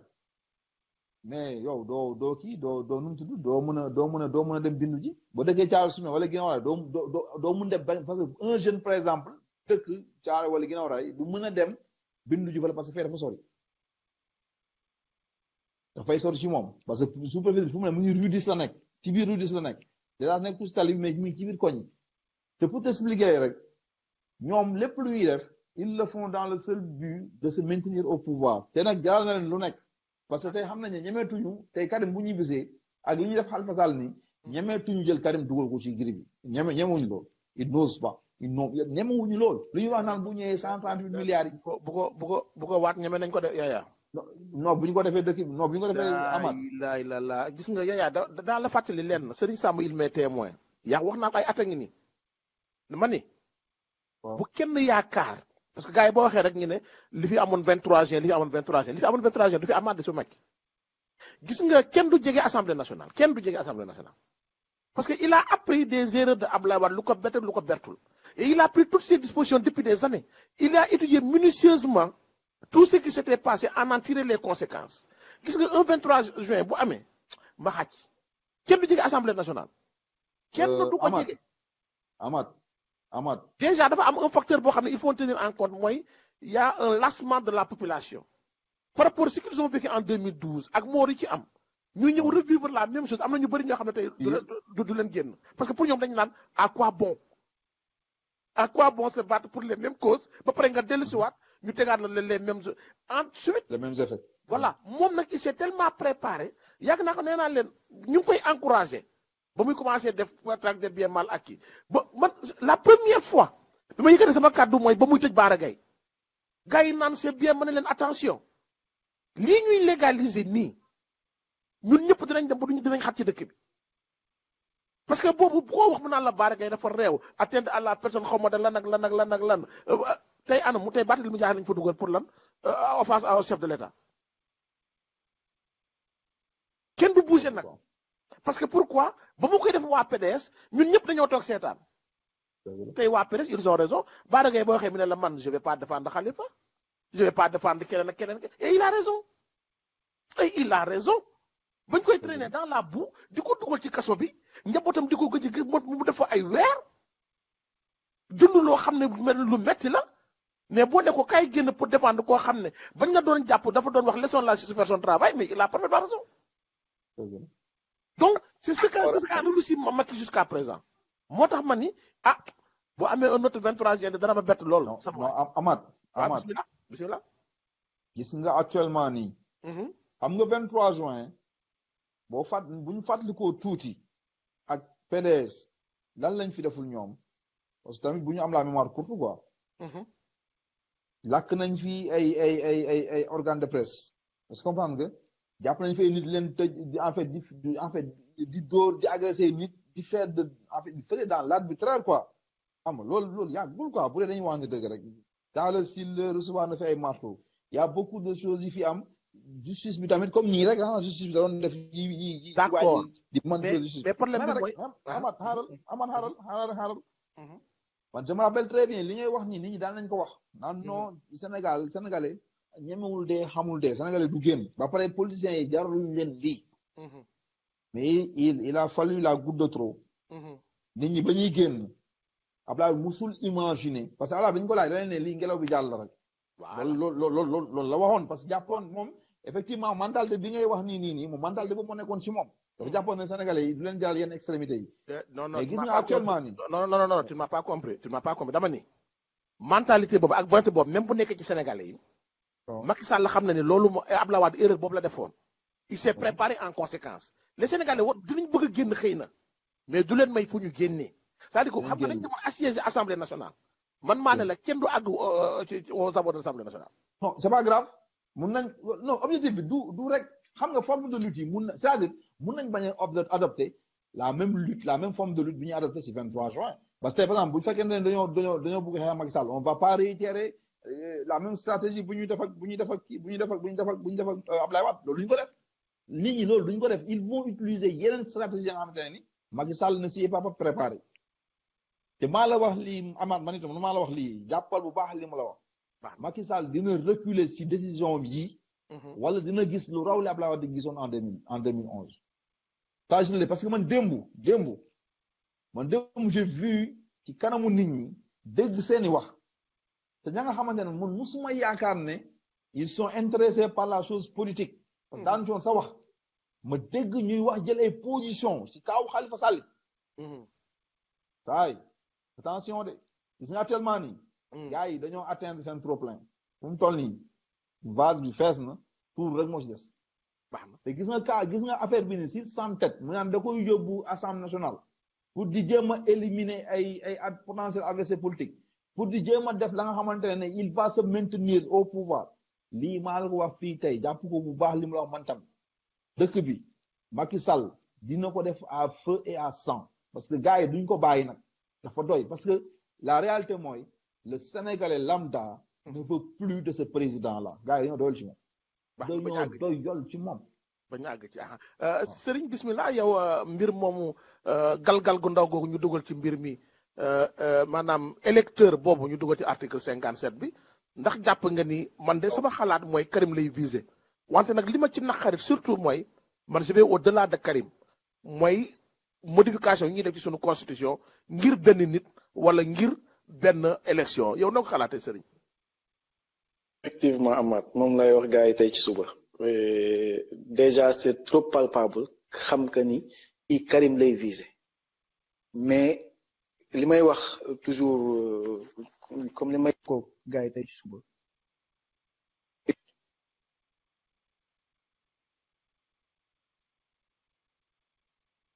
allo Serigne. waaw allo waaw dafa doon daw léegi ci bismillah waa ñëwaatal. may jokkoo gars yi tey ci suba di leen wax que ni dafa am loo xam ne il faut ñu koy bàyyi xel.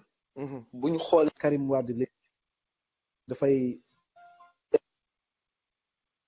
fausser le débat moom. maa ngi jégalu leen xool ni Karim Wade lay viser dafay fausser le débat. parce que jëm raw na foofu.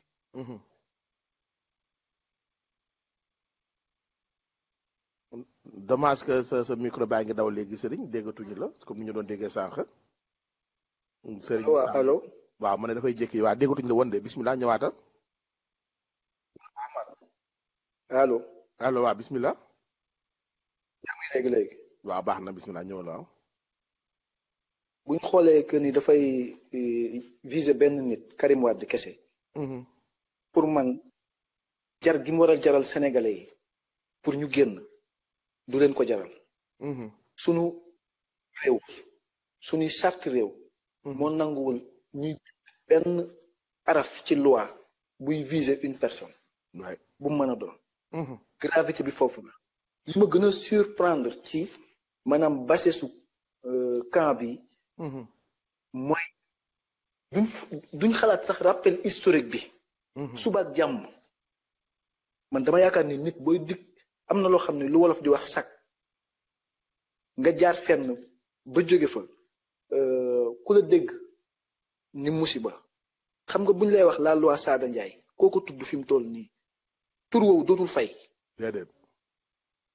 loolu jàpp gisuma lu ko jar ci àdduna. du ñaawteef. nit nag bu demee ba perte maanaam benn dignité bi ci boppam waxuma dignité bi ngay xaar nit ñi maanaam xoole la ko waaye yow ci sa bopp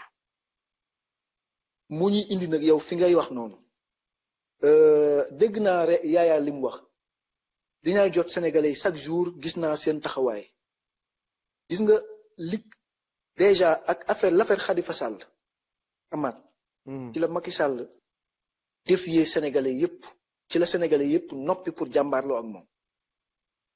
ba foo xam ni musoo ko xalaat laa wax foo xam ni musoo ko xalaat ñi ngi noppi pour jàmbaarloo ak Macky Sall di avertir les chefs coutumiers à ce que ñu bañ ci dugg fu ca mel ne Touba buñ demee ba Touba nit ñi commencé léegi di avertir les chefs religieux kooku xam nga ni histoire du Sénégal musuma dégg loolu te fi mu toll nii fa doon toll jot naa tey ay membre ay mouvement yu bokk ci APR yoo xam ni dañoo génn ba set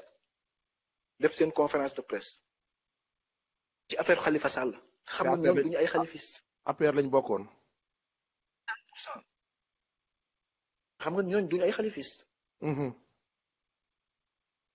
mais nag dafa am loo xam ni ñu bàyyi ko xel muy wax ba nga daan wax Ablaye Wade nit la woon Ablaye Wade nit la woon yëf yi dafa daan am fu muy toll foo xam ni du ko jaral waaye ñun ñi bëgg a jàmmaarloo ak moom nun sóoraale ni kiñ ko séqal du nit kuñ ko séqal du nit fiñ poussé woon Ablaye Wade am mën a reculer bu ñu xaar ci kii recul kon nañuy jël suñu disposition léegi kantaa nag toog ko moom di ko bàyyi moom muy def li ko neex wax dëgg yàlla loolu du mën a nekk Macky dafa ñëwoon fekk réew mi Barthélémy Dias le cas Barthélémy Dias bu ñu naan ma Barthélémy Dias dafa def offense aux juges yi doon àtte affaire bi moo tax ñu jàpp ko woolu ko mais Moustapha Diop saagawul fii waa Cour des comptes. wallaay saaga la leen def carrément dàq leen. président di ko baalul moom. non ba pare le lendemain bi kay dafa doon dem France yóbbaale ko doon ko ci avion ba ànd ak moom dem. Moustapha Cissé Lo. Cissé Lo. mais Serigne Mbaye Thiam. may wax fii naan ma respecter les juges yi Serigne Mbaye Thiam. décision conseil constitutionnel génnul fii. wallaahi. ñu jël ko teg ko fële. taxaw ci télé bi xotti ko sànni. pour ma fan la député yi jàppale leen ci. déet Macky Sall tamit wax ne Macky Sall wax tamit ànd na ci. waaw Macky Sall tamit ànd ci. bu ma déggee démb un Souleymane Jules Diop mu taxaw naan je crois à ma justice. kooku moom wax bu yàqu la. non déedéet wax bu yàgg la mais li muy jaay day jar. non wax bu yàqu la laa wax bu yàqu wax bu yàqu. c'est-à-dire que gëmul sax li muy wax. Sénégalais moo gaaw fàtte. waaye nag finalisation bi mooy yàlla moo ay ci potum buur. looloo dëgg wallaahi. gis nga. suñ borom nguur dafa bañ ba ni maa koy jox nit waaye maa koy foqati waxul maa koy jël de maa koy foqati la wax. kon moom xam na ni ki mu koy jox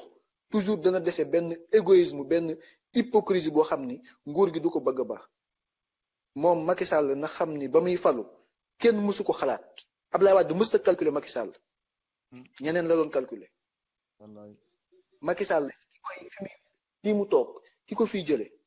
du ko mës a xalaat. mais nag am loo xam ni ñiy ñëw timit maa ngi leen koy wax toujours dafa am loo xam ni man dama koy wax ñi ma jot ñëpp ñu naan pour ma jàppale leen nangam dafa am condition yu ñuy jàppale nit sunum réew lan dootul nangu sunu constitution ñuy di def humilité benn président dénk na la sunum réew ba pare boo noppee demal sa yoon kenn du la topp amaat kooku mooy waxi caaxaan soit ñun ñu bëgg a des ci ay caaxaan wala ñu bëgg cee génn rek sunu constitution dañ ci ni képp ku fi def ay jalgati ak foo mën a nekk danañ la jëri parce que c'est trop facile nga ñëw jàpp nit ñi jabar am na loo xam ni bu ma koy xalaataat nit nga téye ko at mum yàlla kaso mënta gis soxnaam mënta gis ak njabootam yaayam c'est une vieillard nga dolli ko ci yeneen i juróom kooka amul daray yërmande wax dëgg yàlla sunu constitution bii tamit man toujours bu ma ko waxee dafay nuru waxi dof mais gis nga constitution bi amaat il faut ñu bind ko wolof yu leer naññi di ñu moytu njur njaaj yi ci nekk parce que baatu français yi sëñ bi ñu ñuy bëgg rey professeur yoo xam ni ku ay tailleur lañ ku ci ñëw dagge nam la neexee dañ ci sonn constitution bi nañ ko bind ci wolof nit ñi wolof moom bu nee dama ni dong lay tekki mënta tekki leneen rey di fausser suñu démocratie ci ay paroles yoo xam ni sëñ bi wax dëgg yàlla jaru ko man daal li may terminer mooy Macky Sall daal képp ku fi mën a falu parce que dafa am loo xam ne du soxor di amaat il faut un terme il faut un exemple pour que keneen kiy ñëw xam ni kët askan danoo boole seeni xobu bisaab seeni lingom seeni lépp jox la wóolu la ni la yoral ñëw indiwuñ la fa pour ngay jalgati wala ngay toroxal doomu aadama yi purement parce que xam nga ni boo noppee dara du la ci fekk loolu dafa war a jeex suñu réew maa ngi yem foofu di jégalu bu baax di gërëm ñëpp. di ko jaajëfe bu baax a baax Serigne Samb vraiment waxtaan bu am solo dëgg bu am solo sama ñaari consultant yi tey yéen di xam naa dama leen di daal di confisquer chaque samedi ma daal di indi leen sama wet Yaya Diallo wutal ma connexion bu doy foofu te neen soxna si dama lay soxla ndax wax dëgg ni xaale tey consultation bi am na solo Yaya lan ngay tàggoo mbokk yi. waaw mais di en fait di sant yow Amath bu baax a baax tamit sa taxawaay ci dëkk bi nit ñi gis nañ ko parce que yow ñëpp xam nañ ne Sénégal rek moo la ñor quoi bu dee dañuy wax dëgg rek bon seulement aussi di lancer un appel rek à tous les patriotes de ce pays taxaw reyante ba lii arbitraire bi waa ji di doxalee suñ kaw ñu arrêté ko parce que tamit li ñuy wax mbéjum kanam borom a koy fayal boppam te sérieusement lim ñuy won boobu ak léegi dëgër bopp la ñu won noppi yu tëx di wane ne moom moo fi nekk faalewul nit ñi lijjantiwu leen bu ñu waxee dëgg la li nga wax dëgg la de il a bien armé la police il a bien armé l'armée nationale il a bien armé la gendarmerie loolu c'est mais nag ñooñu noonu lu mu fàtte ne ñooñu noonu ay sénégalais lañ seeni doom seeni rakk seeni jarbaat seeni mag seeni nijaay seeni papa seeni yaay ñoom lay Macky Sall di sonal ñoom it dañuy yëg coono ñun bi ñuy yëg man naa la wax dara Amath man xaw ma da yéen koy seetlu xaw ma da seetlu wala man j'ai fait une remarque gis nga les policiers dañ daan def door ñu ko defati de gis nga démb dinaa def ñaari fay démb mu ngi si net boobu yëpp na ko xool ñaari fay yooyu gën a récent te man depuis un certain moment gis naa ne ñoom ils ont ce comportement là gis nga ba le maire de Grand Yoff là nu mu tudd sax ba mu génnee di def conférence de presse ci kanamu palais bi policiers yi génnee na fi ju mu leen jugew bi fii lay taxaw fii lay wax bay essence ak ñoom loolu bu doon temps bu njëkk ba dañuy ñëw rek chargé mais chargé wuñu malgré nag gars yi li ñu doon wax dañoo taxaw ils ont retenu leur calme seen supérieur yi ñu wax ak ñoom après gis un gradé moom moo dem di wax ak ñoom pour ñoom ñu évacuer daal dem loolu benn la deuxièmement mooy gis nga ba ñuy arrêté Barth y a eu des gendarmes yu doon ne na gars yi arrêté filmer bi mais yaa ngi dégg kii journaliste bi suuf mu ngi naan filmel na filmel am na un gendarme qui était en civil buy yaa ngi gis si suuf mu ngi def ay kii di def ay calme pour gars yi calme pour gars yi calme loolu tamit man beneen remarque bi ma def donc loolu qu'est-ce que cela veut dire quoi ça veut dire que ñoom dootu leen jaralati parce que xam nañ quoi dofuñu quoi dootu leen jaralati nii parce que bu ñu reyee Sénégal seen mbokk leen rey parce que Sénégal ñu ñëpp ay mbokk lañ nag ñun ñëpp ay mbokk lañ donc dangay gis pël bi mu ngi seeg séeréer bi mu ngi seeg joolaa bi mu ngi seeg olof mi ngi seeg léegi mi ngi seeg bambara bi ainsi de suite ba Sénégal gi taj loolu moo fi am foo gëstu ñaar ñeent rek di nga day nit fa xam te ne yéen ñaar ay mbokk ngeen te ñu mbokk yi mooy làkku rek donc gars yi du leen jaral yenn yi quoi loolu man yaakaar naa ne côté boobu moom jeex na quoi Macky Sall nag qu'il se détrompe te na ko leer ne dina wàcc nguur gii dina ko wàcc mu koy neex dina ko wàcc mu koy naka dina ko wàcc te tey fi may daanale il est en train d'ouvrir un précédent dans ce pays li muy def nii xam nga lan lay indi suba ay fayantoo lay indi fii. ah non du fayantoo ah comme ni ko Serigne Samb waxee léegi man képp ku may voté damay exiger à ce que président bi li mu def ci lu mal mu fay ko non du fayantoo ah. c'est que justice. voilà ah non moi je vais l'exiger ah man damay exiger képp ko moo nar a voté démb parce que démb boo xoolee am na benn publication moo def di publier ñaari ay alxuraan ci yàlla leer na. oui jëf ju bon dong koy faj. kese. loolu yàlla moo waxu yàlla. dafa jot waxu suñu borom la. dafa nee na jëf ju bon dong ngay payam. kese kenn mësul gis jëf ju bon nag. jëf ju baax doon payam parce que loolu suñu borom moo ko moo ne jëf ju bon. jëf ju bon dong ngay payam. donc waa ji jëf ju bon rek la fi nekkee nag loolu lay dëgg Macky Sall jëf ju bon dong la fi nekkee Macky Sall amul xool amul yërmande Macky Sall yërmul Sénégal yi te man li ma gën a jaaxal mooy. Macky Sall est issu d'une famille extrêmement pauvre pauvre jusqu'à l'os. yow sa yaay jaay ko gerte caaf la woon sa papa gardien d'école la woon je n'ai rien contre nag ñii di jaay gerte caaf ak ñii di en fait nekk gardien d'école wala pour mu leer quoi je n'ai rien contre eux mais dama wax ne ñëpp xam nañ gardien d'école yi fii gars yi ay 20 000 lañu fait 25 000 dans la réalité maximum 30 000 40 000 maximum foofu lay yem ñi jaaykatu caaf boo xoolee plat caafam bi bu motee 3 000 francs ci la yem est-ce que comprendre nga 3 000 francs ci lay moom mooy capital bi ci lay jëm ndax ay bénéfice 500 wala 1000 francs donc 30 000 francs disons le mois lay am maximum waa léegi yow nga dund ci situation yooyu noonu ba yàlla dimbali la nga jot le pouvoir mais dama yaakaar ne yow yaa waroon ëpp yërmande ci doomu aadama yi que ñëpp man waxuma sa les policiers yi mu jàpp tëj waxuma sa ñoom mais Amath les Sénégalais souffrent le Sénégalais lambda souffre énormément gaa yi fajootuñu gaa yi seen doom yi jàngatuñu jàng bu normal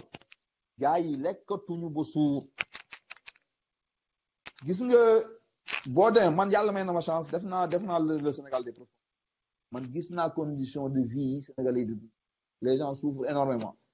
te Macky Sall li muy wax nii balaa maa ñu naan ay PUDC ay xawma seen yooyu ñuy wax ay PUMA seen waxu caaxaan yooyu non yooyu yëfu caaxaan dëgg la loolu yëfu xoolal ay naxe mbaay kese la xam-xamu Macky Sall tolluwul dudul la mu waxoon Rwanda ba koy interrogé ba muy naan def bu amoon atu Mark Zuckerberg gi lan la bëgg doon non du caaxaan non man instant loolu non c'est que nit ñi loolu c'est révélateur pour vous dire waa ji comment il réfléchit mais noonu la yore suñu dëkk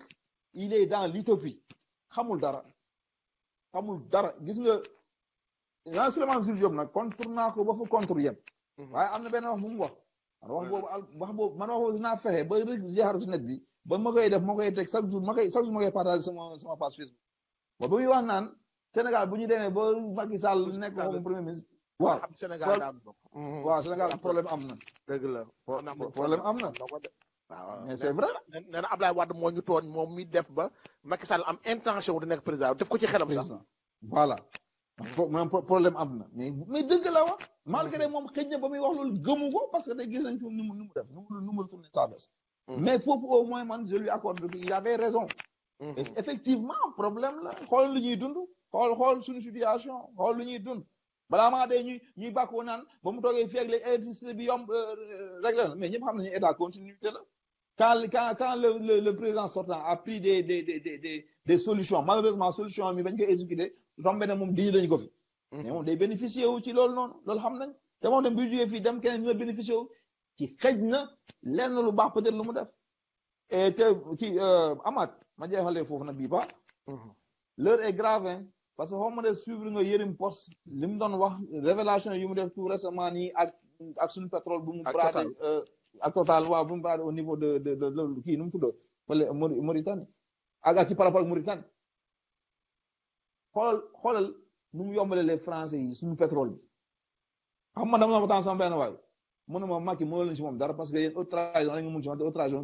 kon kenn ko tëj ma ne ko mais quand tu brades les ressources d'un pays économie dëkk bi nga réunir ko haute trahison sax haute trahison bu la ci dara nax dafa mel ni offense au chef de l'État c'est-à-dire que coquille la boo xam ne yaay xool loolu neex nga dugal ci offense chef de l'État yaay neex xool loolu neex nga dugal ci lan mooy saaga lan mooy offense kan moo ko définir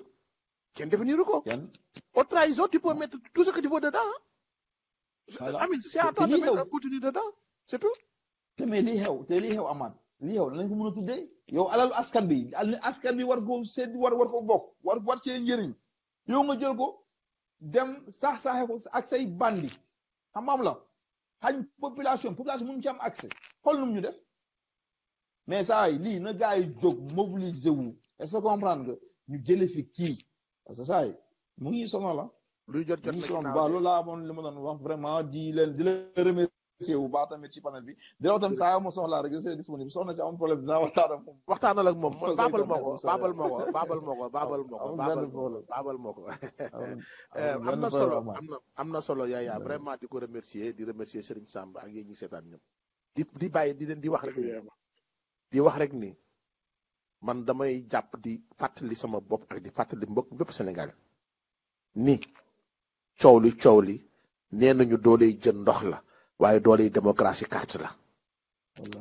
c'est-à-dire que ak loo mënti xeex ci tedd mbedd mi loo mënti wax ci Facebook bi loo mën a def conférence loo mën a def marche bu heure ba jotee te duggoo ci mbañ ngàcc gi exprimer wu nul na yàq nga ko ak lu mënti def nag yi ci des yépp accessoire la wante le principal mooy s'inscrire sur les listes électorales et voter c'est ça la moelle épinière de la démocratie moom mooy colonne vertébrale lu démocratie su fa amulee dara nekku fa li ci dee yeneen ci des yépp nag accessoire la da ngay bindu ba pare yor say carte bu la neexee nga dem marche bu la neexee nga dem sitting bu la neexee nga def conférence loo def baax na te nag bul xeeb dara kon tey danaa tontu sa benn li ma la waxoon danaa la wax lan moo tax du may partager samay live sur Facebook dama bëgg ñi may seetaan ñekk ñoo xam ne ils sont convaincus de ce que je dis xeebuma nombre moi je préfère parler à 10 personnes ñu dégloonte mu am ci ñoom njëriñ que ma am 150 000 vues amul benn njëriñ ci ñoom te it boroom xam-xam yi ku ci mel ni sama imam bi mën naa ne ko imam Jaar Safaraay daf na ma petit est le nombre de croyants mbooloo yóbbul kenn fenn wante wax balaa moo am njëriñ dëgg nit ki jëfandikoo ko dama ni ak man amaat lu ma mënti wax lu sëriñ Samb lu ma mënti wax lu Yaya mën na mënti wax le dernier mot revient au peuple sénégalais s'il décide demain de réélire le président Macky Sall c'est sa volonté et sa volonté sera respectée. S'il décide de démettre le président Macky Sall, ce sera sa volonté et sa volonté sera respectée. Allah. Mais pour que cette volonté-là se traduise en acte concret, lenn rek la bindu retirer sa carte yow defal la war yow bu fekkee jox nañ la sa carte nga xam ne def nga la war bu fekkee bindu nga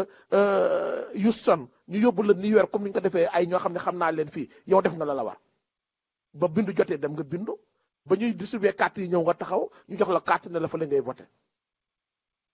ñooñu it sama mbokk yi nekk Houston nga xam ne bëri woon na ci yéen ñoo xam ne defoon nañu erreur ñi ñu yóbbu leen New York ñi ñu yóbbu leen Cincinnati dellu si waat leen ngeen rectifier ko parce que le 8 l'association des Sénégalais de Houston dafay organiser benn pique-nique pour fêter les 4 avril bi mais aussi da ciy profité waale commission bi ñëw fi pour ñu binduwul woon bindu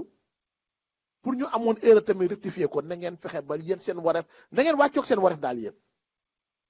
su état bi wàccoog yéen wàccoog ngeen seen bopp nit ki il faut avoir la conscience quitte yëpp li ci des yëpp nag accessoire rek la li Amath di wax ak li Serigne Samb di wax ak li Yaya di wax ku ci nekk après yaay am sa conscience bu fekkee même bu ñu leen waxee ne Macky est un monstre te gëm ngeen ni monstre boobu moo leen gënal waaye wateel leen ko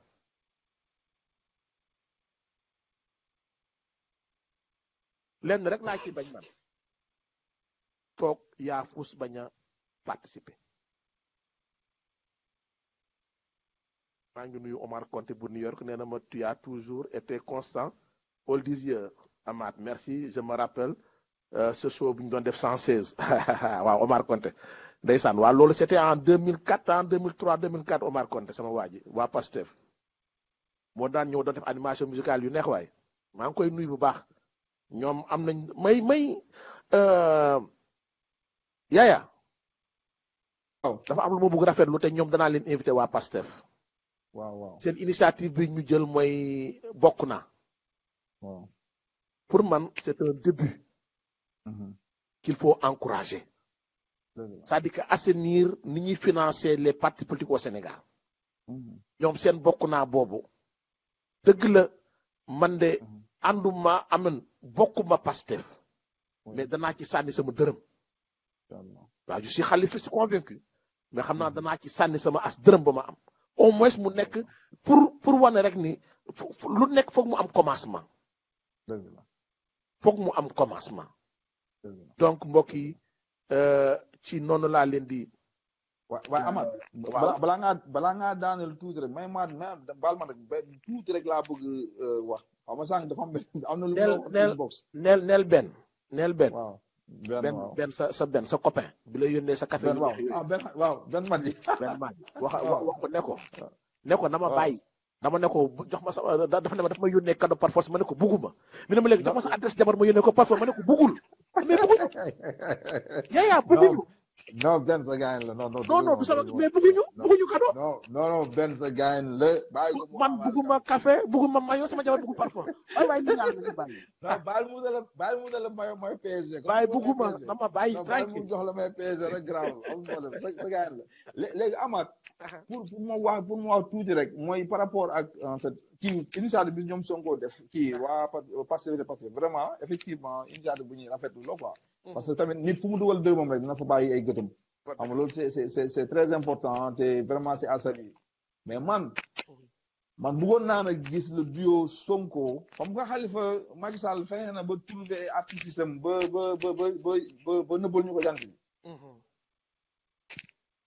man bëggoon naa gis le duo Dème Sonko à l'élection présidentielle man ak ñoom naka lañ mën a def ba ñu retrouvé wu ñoom parce que gis naa tey dem ci bi effectivement comme ni ko Serigne Ndiaye Samb waxee tout à l'heure effectivement à chaque fois mu doon wax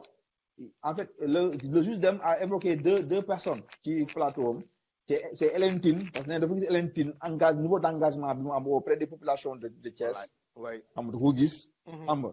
bon tamit gis na tamit détermination ak patriotisme bi animé tamit Sonko parce que à chaque fois ci biir waxam tu vois il revient tout le temps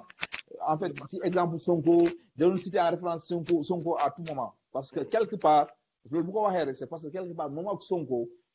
bëri nañ ay points de convergence leen di lié xam nga man nag li ma bëggoon wax dëgg yàlla pour ñoom ñu rendre service à la nation sénégalaise nañ ñu dimbali ñoom ñaar ñu conjuguer seen force nit ñi ànd ak ñoom ñu jox leen suñu def même man dama yàgg préconiser ne boole ci Thierno Alassane Sall boole ko ci na ñëw mu ñàkkal Thierno Alassane Sall waa ñoo bokk ci tamit waaw Thierno Alassane Sall aussi xam nga mais daal ñoom nañu dimbali ñoo ñoon ay Thierno Alassane Sall bu ñu mën a am benn pôle ba nga xam te ne dina am Thierno Alassane Sall dina am Sonko dina am le juge Dème dina am Abdou Mbaye ci biir waaw c'est une excellente chose sa yéene rafet na nañu xool nag fu wàññi di mu jëkkëtam sa yéene nga yàlla mottali sa yéene yàlla mottali sa yéene jërëjëf Yaya jërëjëf Serigne mbokk yi ñu ngi leen di gërëm den sant lii lañ fi bëgg di amal samedi bu nekk waxtaan rek en toute objectivité moom laa wax benn xarit mi ne ma da nga jéng ma ne ko lu ma jéng samay émission samedi bokku ci damay jéem a tëddee njaaxanaay ku ñëw ma jox la kàddu gi parce que nee na ma tu n'invites pas waa APR ahankay ña ma ciy invité dafa naa ñaar ñooy nangooy ñëw généralement Patrice Sané lay nekk jigéen ñi moom ki ma ko wax jigéen la nee naa ko jigéen ñi moom façon jigéen bu nekk rek invité naa la elle décline toujours l'invitation man nag mënuma lu dul invité nit ki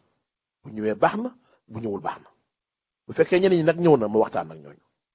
boo fekkee ne da nga jàpp ne dama contre moo tax boo ñëw sama émission wasalaam man it damay fexe rek ba di quitte avec ma conscience saa su ne ci lu munti nekk nag moi j'essaie toujours d'essayer quitte avec ma conscience lay nit ñi wax nag ak di ko def man mënuma am contrôle ci loolu mënu ma am contrôle ci loolu kon bu fekkee ñëw réew mi ñu ñor ñun ñëpp nañuy ñëw yenn saa toog jël divergence politique yi teg ko nele waxtaan ci suñu biir li jëmal suñu réew kanam ndax ñi fi nekkoon 1960 nekkuñu fi léegi ñi fi nekkoon 80 nekkuñu fi ñi fi nekkoon 90 nekkuñu fi et le Sénégal est toujours là kon nañu bàyyi di woy war a fet suñuy njaboot nañu liggéeyal pour ñu fi nekkul comme ni ko Serigne Samb waxee sànq liggéey ci réew ñu juddoogul sax bokk nañ ci te ñooñ sax lañu war a gën a sóor kon moo tax man de amaat balaa maa kenn di tabaxal ay train à grande vitesse di ma tabaxal ay gratte-ciel di ma tabaxal ay hôpital de dernière qualité jox ma ay institution yu dëgër ba pare ndax loo mënti tabax bu injustice duggee loolu yëpp ci ruine lay mujjee ndax rayante dana fa génn foo xam ne sóoraale woo ko woon. je donne toujours l'exemple de la Libye Kadhafi lépp la fa def libyens yi daanu ñu fay courant essence bi pratiquement gratuit